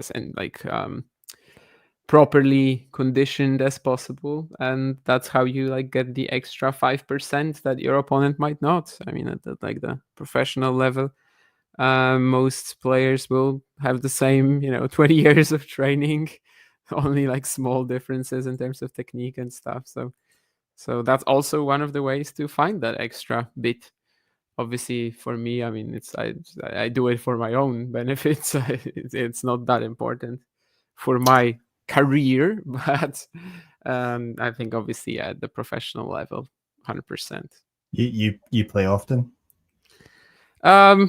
Mostly twice a week, 1.5 hours right now. That's quite a lot. Yeah.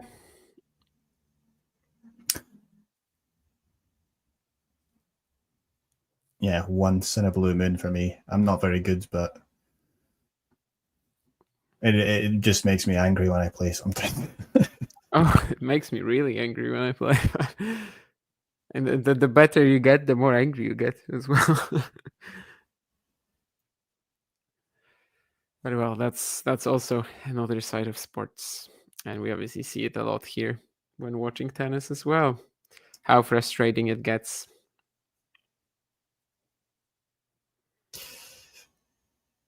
Luckily, I'm too broke to smash my racket. Anyway. Yeah. Sabalenka serving it 1-2. I guess this is no, actually on the other side of the court, she was struggling with the wind, and now she's also like very much showing that she's not comfortable. But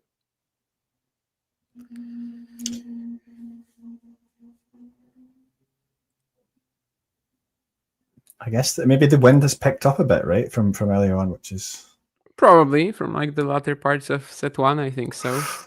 Yeah, and that was that forehand. Yeah, that seems like a lack of readjustment with the wind after she switched sides, right? That seems like mostly that. But it's part of the sport as well, of course.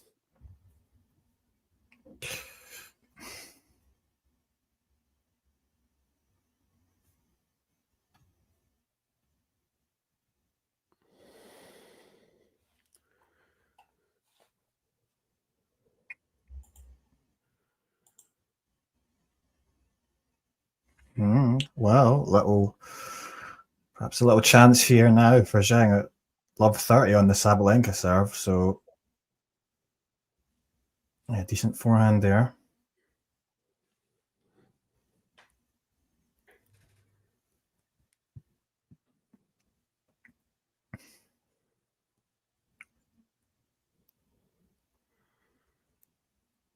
Well, way to close out the first point. That serve out wide on the deuce side today has been pretty spotless, and most of the time she didn't even need to put it away after that. But now, obviously, she just does that 100% correct as well. Zheng, pretty nice, sort of like reaction to it, appreciation you can see there. Another one out wide, but that was returned, but that was still well put away from Sabalenka with the forehand.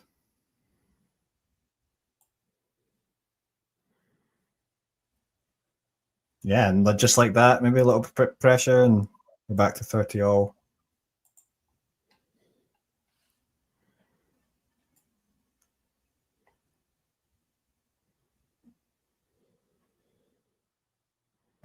Another great serve. Must be annoying for Zheng. She's like, I know it's coming.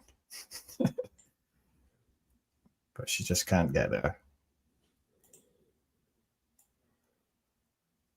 Maybe she's not going to go out wide this time. No, I knew she was going to go down the tee, and it was perfectly executed. Fortunately for Zheng, she didn't read it.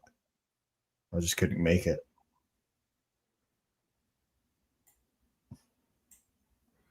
Yeah, that's some very timely big serving, just like in the first set tiebreak when she was 4-3 up and then gets a couple of ones that Qinwen had nothing to say on.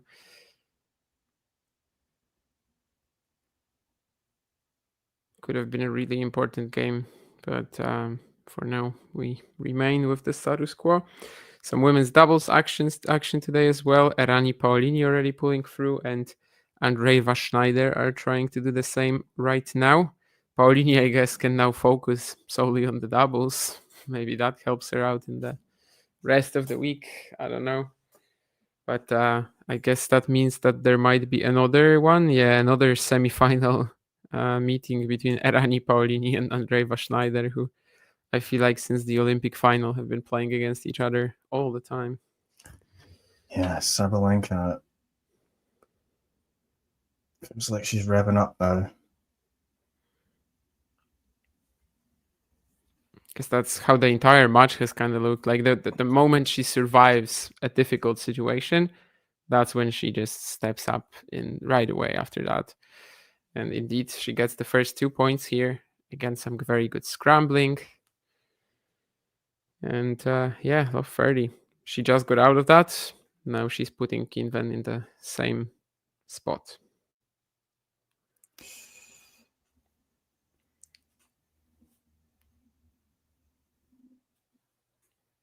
Wow.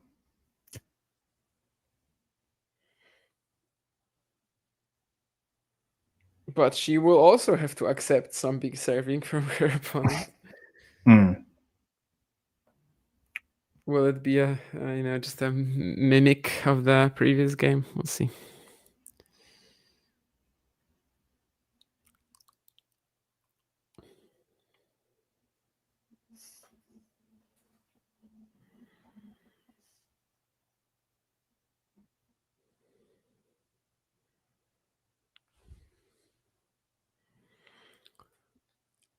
I laughed hard at this clip that they recorded at Roland Garros, where basically either Tennis Channel, TNT, or whatever, they were asking like male players who is going to win women's Roland Garros, and Alcaraz just said Sabalenka because she's the tiger. That was pretty funny. Most of them just like, were kind of giving some arguments or maybe saying that I have to support this player because this and that. Like, I don't know, Fonseca saying Haddad Maya, or the Americans mostly saying Goff. But yeah, Carlos was like, she's the tiger. That's it. Well, the tiger is kind of roaring in this game, and she will have a break point that would put her in nice position to potentially lock up this semifinal.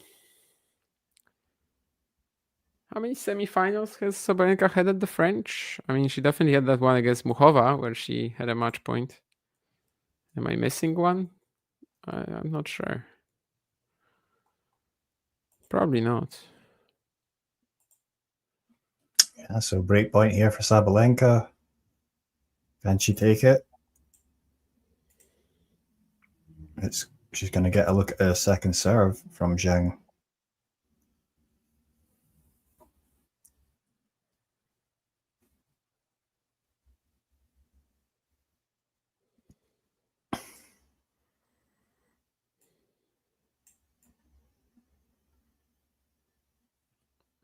Yeah, that was actually well done from Zheng. And maybe put off with how well Sabalenka was getting the balls back there, but finishes off well with the overhead. Not easy as well, coming back a bit.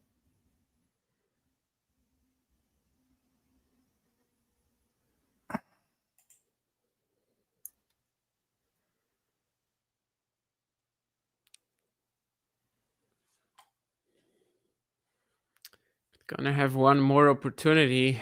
The court was open, but Qinwen not quite dealing with the bounce there. We've seen a couple of errors like that earlier too.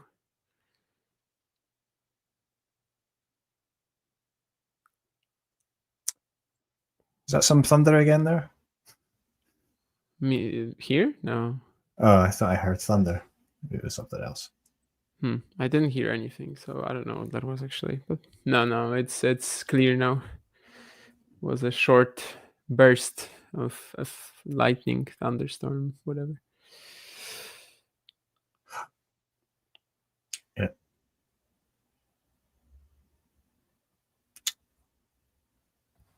So break point Sabalenka. Zheng second serve again. That's a good return, and that's a winner from Sabalenka. So she gets the break, and this time the tiger uses the fact that the second serve from Zheng, I mean, had to be pretty safe.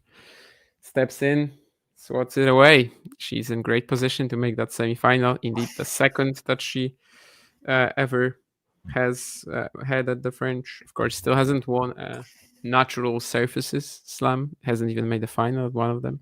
But it's pretty funny to think about it. I'm just looking at it now. In the last 5 years, she's only played Wimbledon twice. Obviously, once injured last year, and in 22 she wasn't allowed to because of her nationality. And in 2020 there was no Wimbledon. So, well, the French, she's played it consistently since 2018.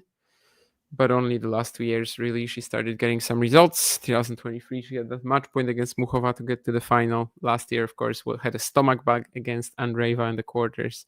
So, well, she is aiming to reach that second semifinal at RG, and she's very close.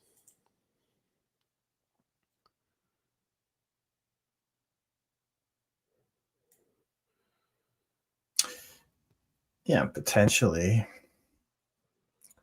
a match against Iga as well in the semi. So it's going to be very interesting.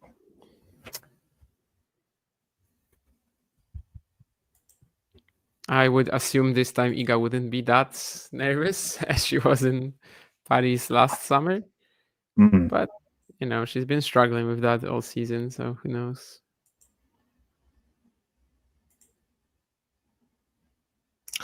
Yeah, I've got a feeling if they do play, I think Iga's going to win, but we'll see. Oh, the double fault there starting off. this game from Sabalenka. So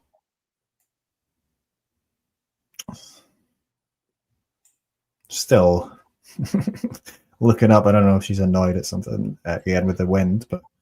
Because tomorrow it's Zverev Djokovic in the night session. So to your question earlier, Jane, probably that would be what I'm looking at more so than Sinner Bublik in terms of the watch along. Yeah. Oh. The passing shot with the forehand cross court from Zheng. Sabalenka coming forward, and shot wasn't quite good enough, but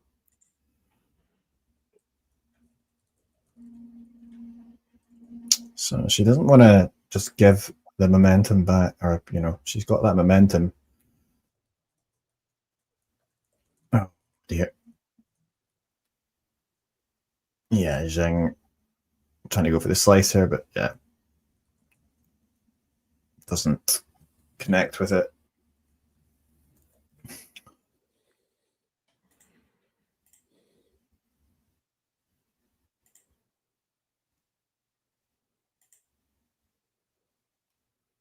Wow, that is an unbelievable backhand return from Zheng. She just, I think she was like, well, it's going to go this way. I'm just going to go smack it. And that was ridiculous, just landing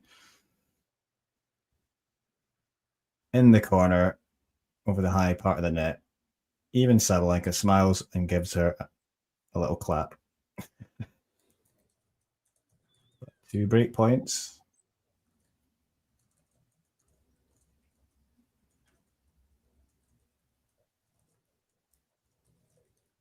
Oh! Well, somehow Sabalenka wins that point, and Actually. Oh, it's out. Yeah, we'll have a ball. Oh, Sabalenka's saying here. No. She's saying no way. Let's see if they show the Hawkeye. No Hawkeye.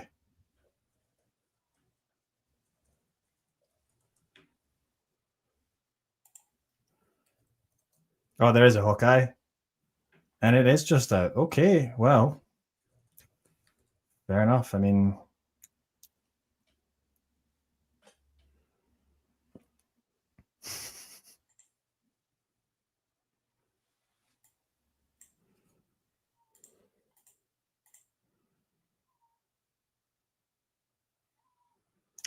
well, I mean, Zhang stays in it. I mean, she had to come up with some pretty top tennis there to get it back, and she has done.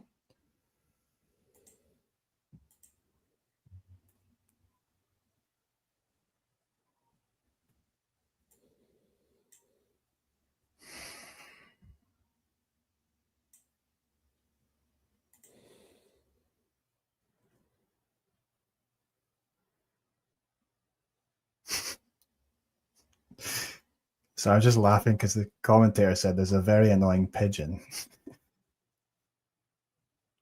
Is that what Sabalenka is annoyed by? I thought it was the wind. Maybe. Oh, another great backhand drop shot from Sabalenka. Yeah, so you're saying there was a pigeon flying above the umpire's chair somewhere, but I haven't seen that. But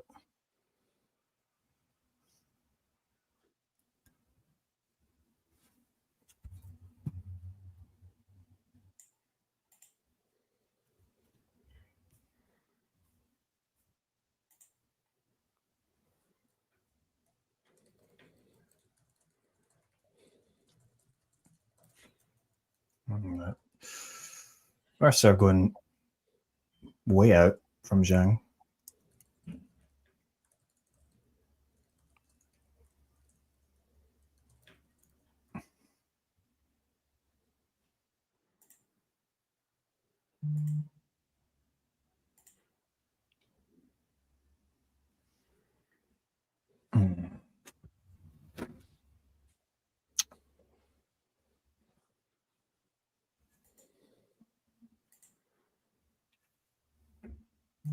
And again, we've got a love 30 on the server the last 3 games, right?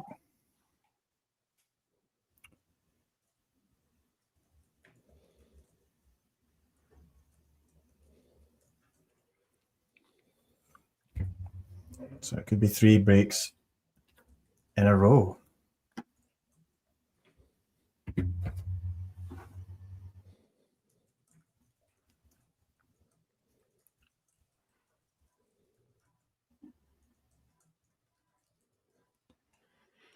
Yeah, double fall. Once again, I'm getting involved in conversations I shouldn't be getting involved in. Anyway, sorry, I'm back now.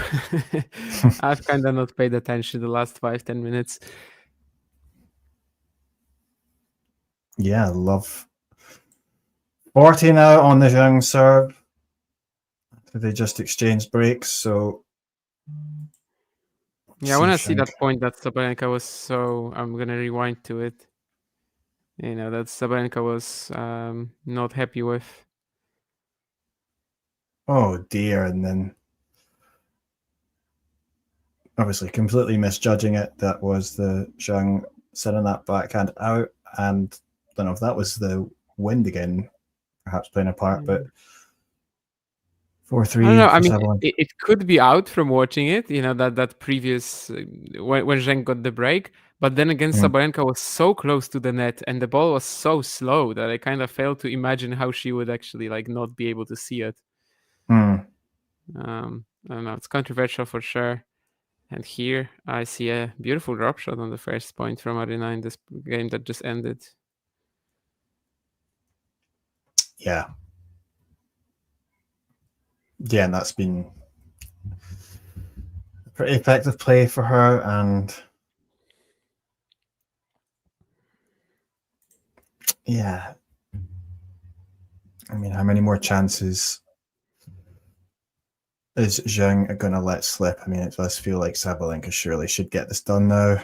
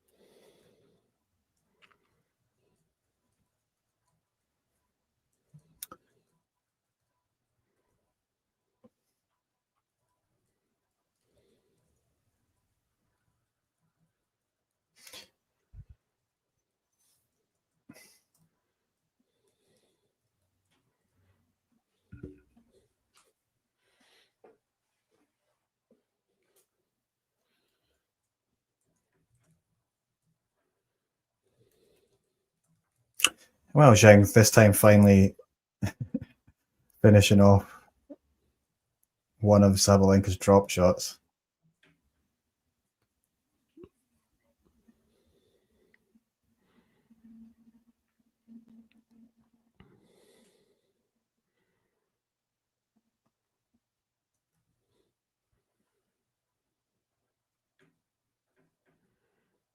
Oh, well, yeah. Yeah, big serve just right on the line, and Zheng cannot return it.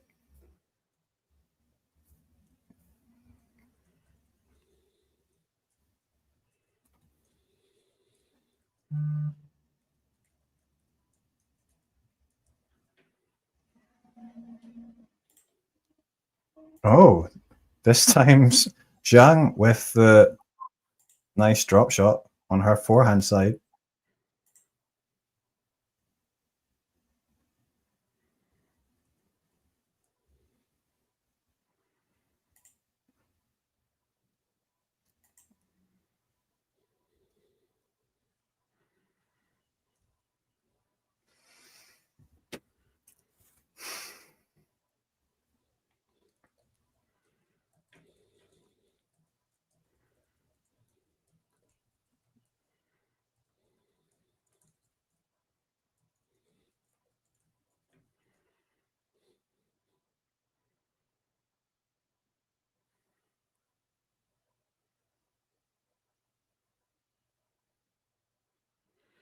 Yeah, the forehand slice as well here, providing a very nice mix-up from Sabalenka. Uses that instantly to get an even more powerful backhand cross-court, and she's going to have a chance to go 5-3 up.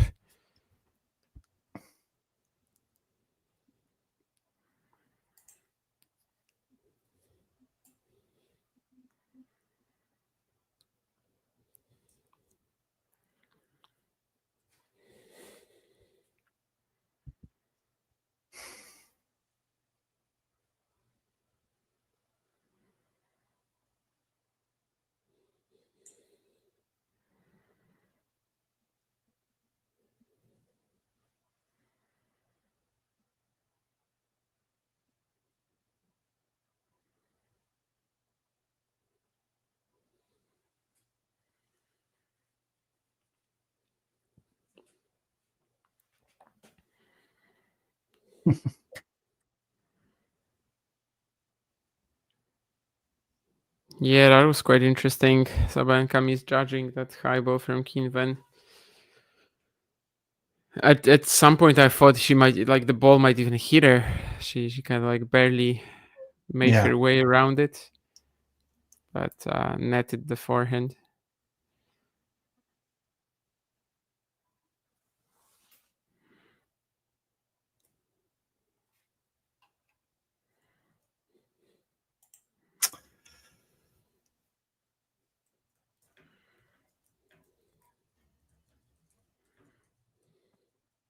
Yeah, you can have one,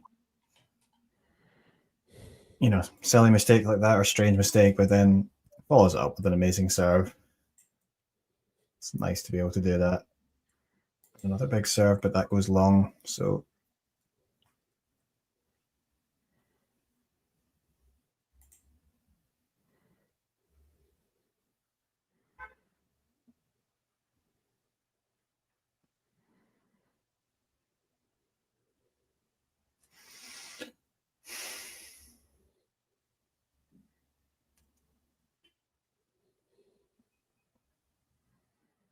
Oh. Yeah. No nonsense there from Sabalenka. That was a great forehand. Yeah, and just one game away now for her from the match.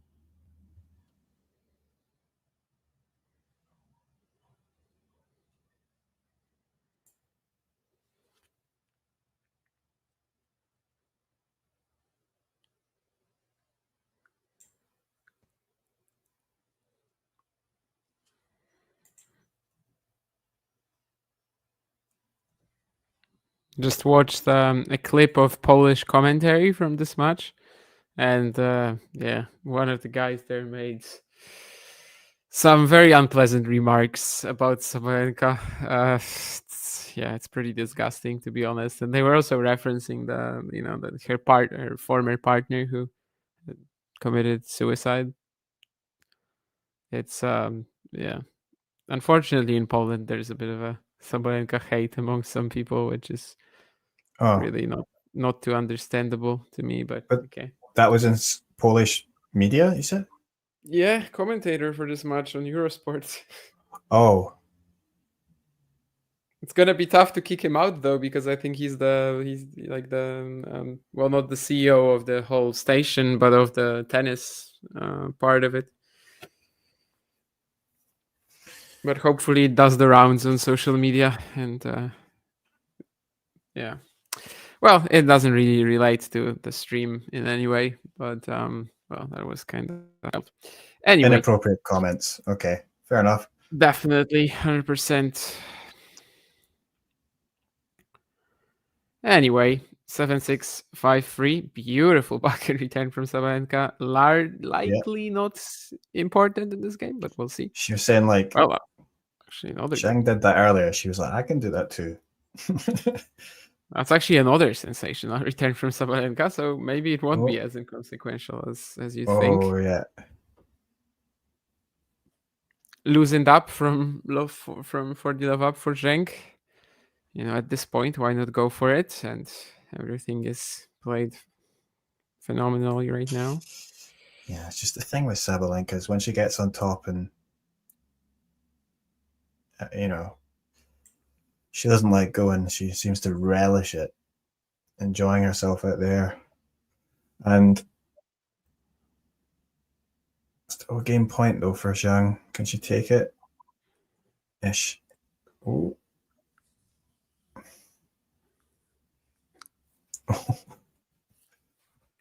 Wow. She can't take it and it goes to juice. And Sabalenka doing extremely well to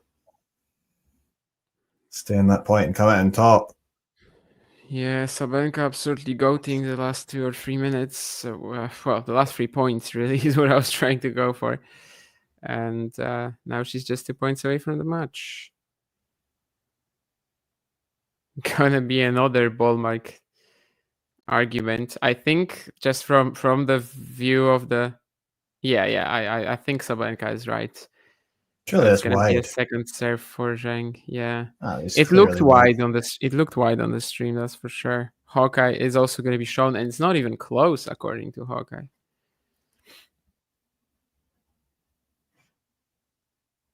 I mean, I think it's just Zhang's nerves or something. I mean, obviously that point earlier where she just stopped. Yeah. Yeah, that would have been a bigger conversation if she didn't save that incredible set point and get to the tiebreak. But yeah, for sure, there was also a moment where she showed that the situation is getting to her. Yeah, and match point Sabalenka.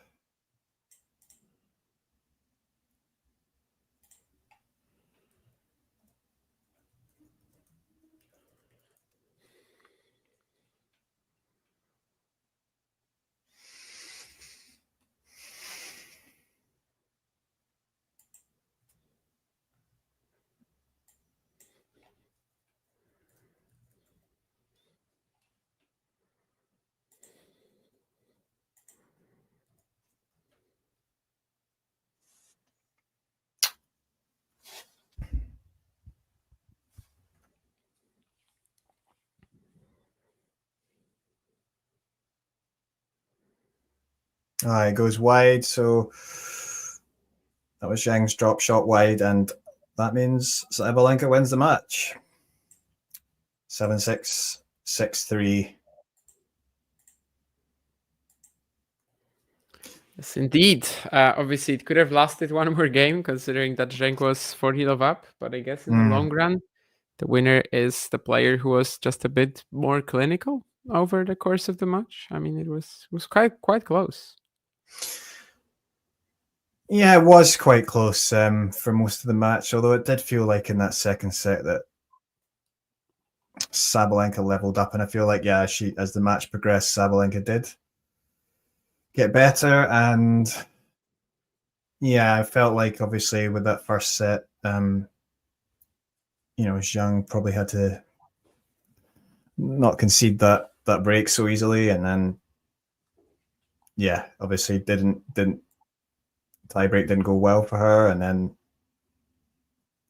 I mean in the end, the key moments, Sabalenka played much better, didn't she? Yeah, I think 4-2 up in the opening set. That was kind of Zheng's chance. There was that game where she didn't get to break point, but there were at least 2, maybe even 3 points where she's ahead and she kind of just messes up the situation, isn't too clinical, like either at the net or just like finishing it off a little.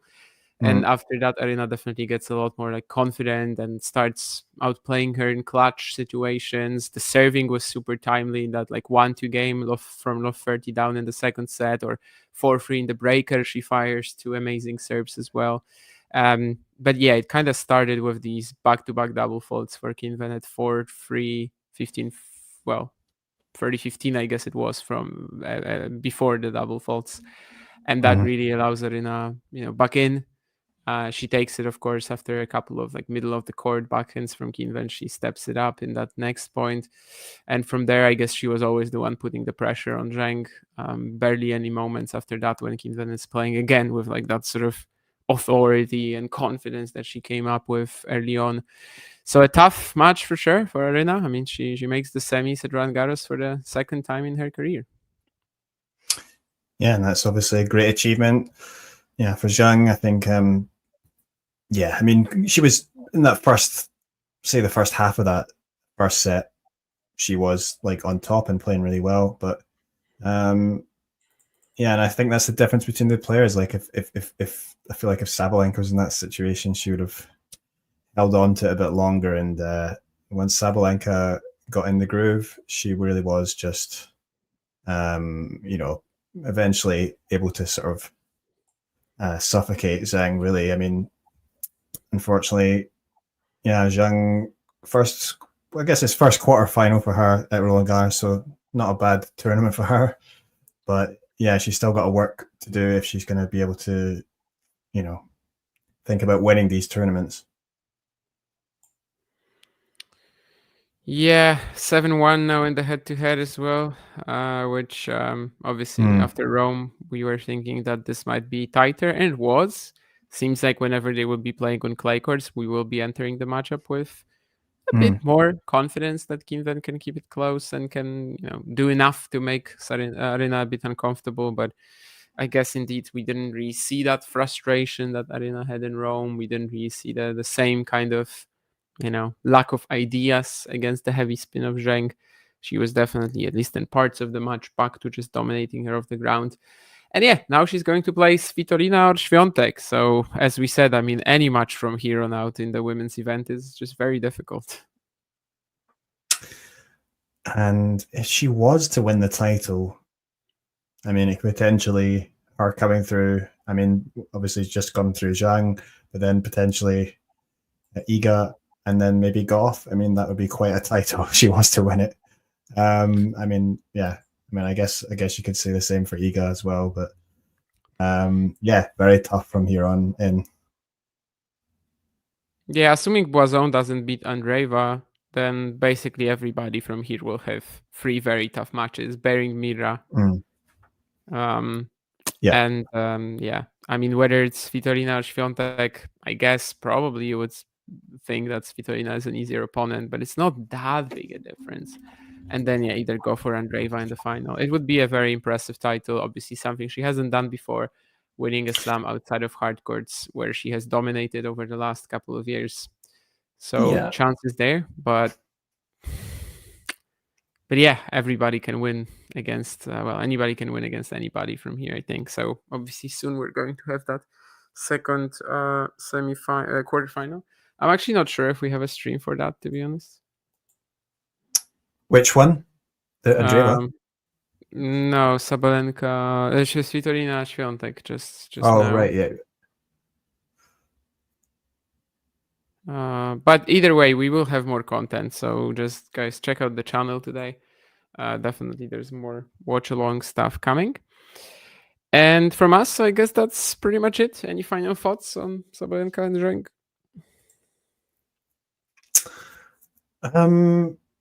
I just think, I mean, it's a great match really from Sabalenka, and it's up nicely for the next one for sure. And probably she still maintains maybe her, maybe before the tournament people thought she was a favorite. I don't think this match is going to change anyone's, change those people's minds. So yeah, looking good. All right. So thank you to everybody in the chat. Thank you, Eddie, for watching this one with me. And keep tuning in to Talking Tennis content. We'll have a lot more coming over the second week of Roland Garros, of course. Time to watch challengers. See you guys. Cheers. If you enjoyed this video, make sure you hit that like button. Don't forget to subscribe and click that notification bell so you don't miss out on all things tennis.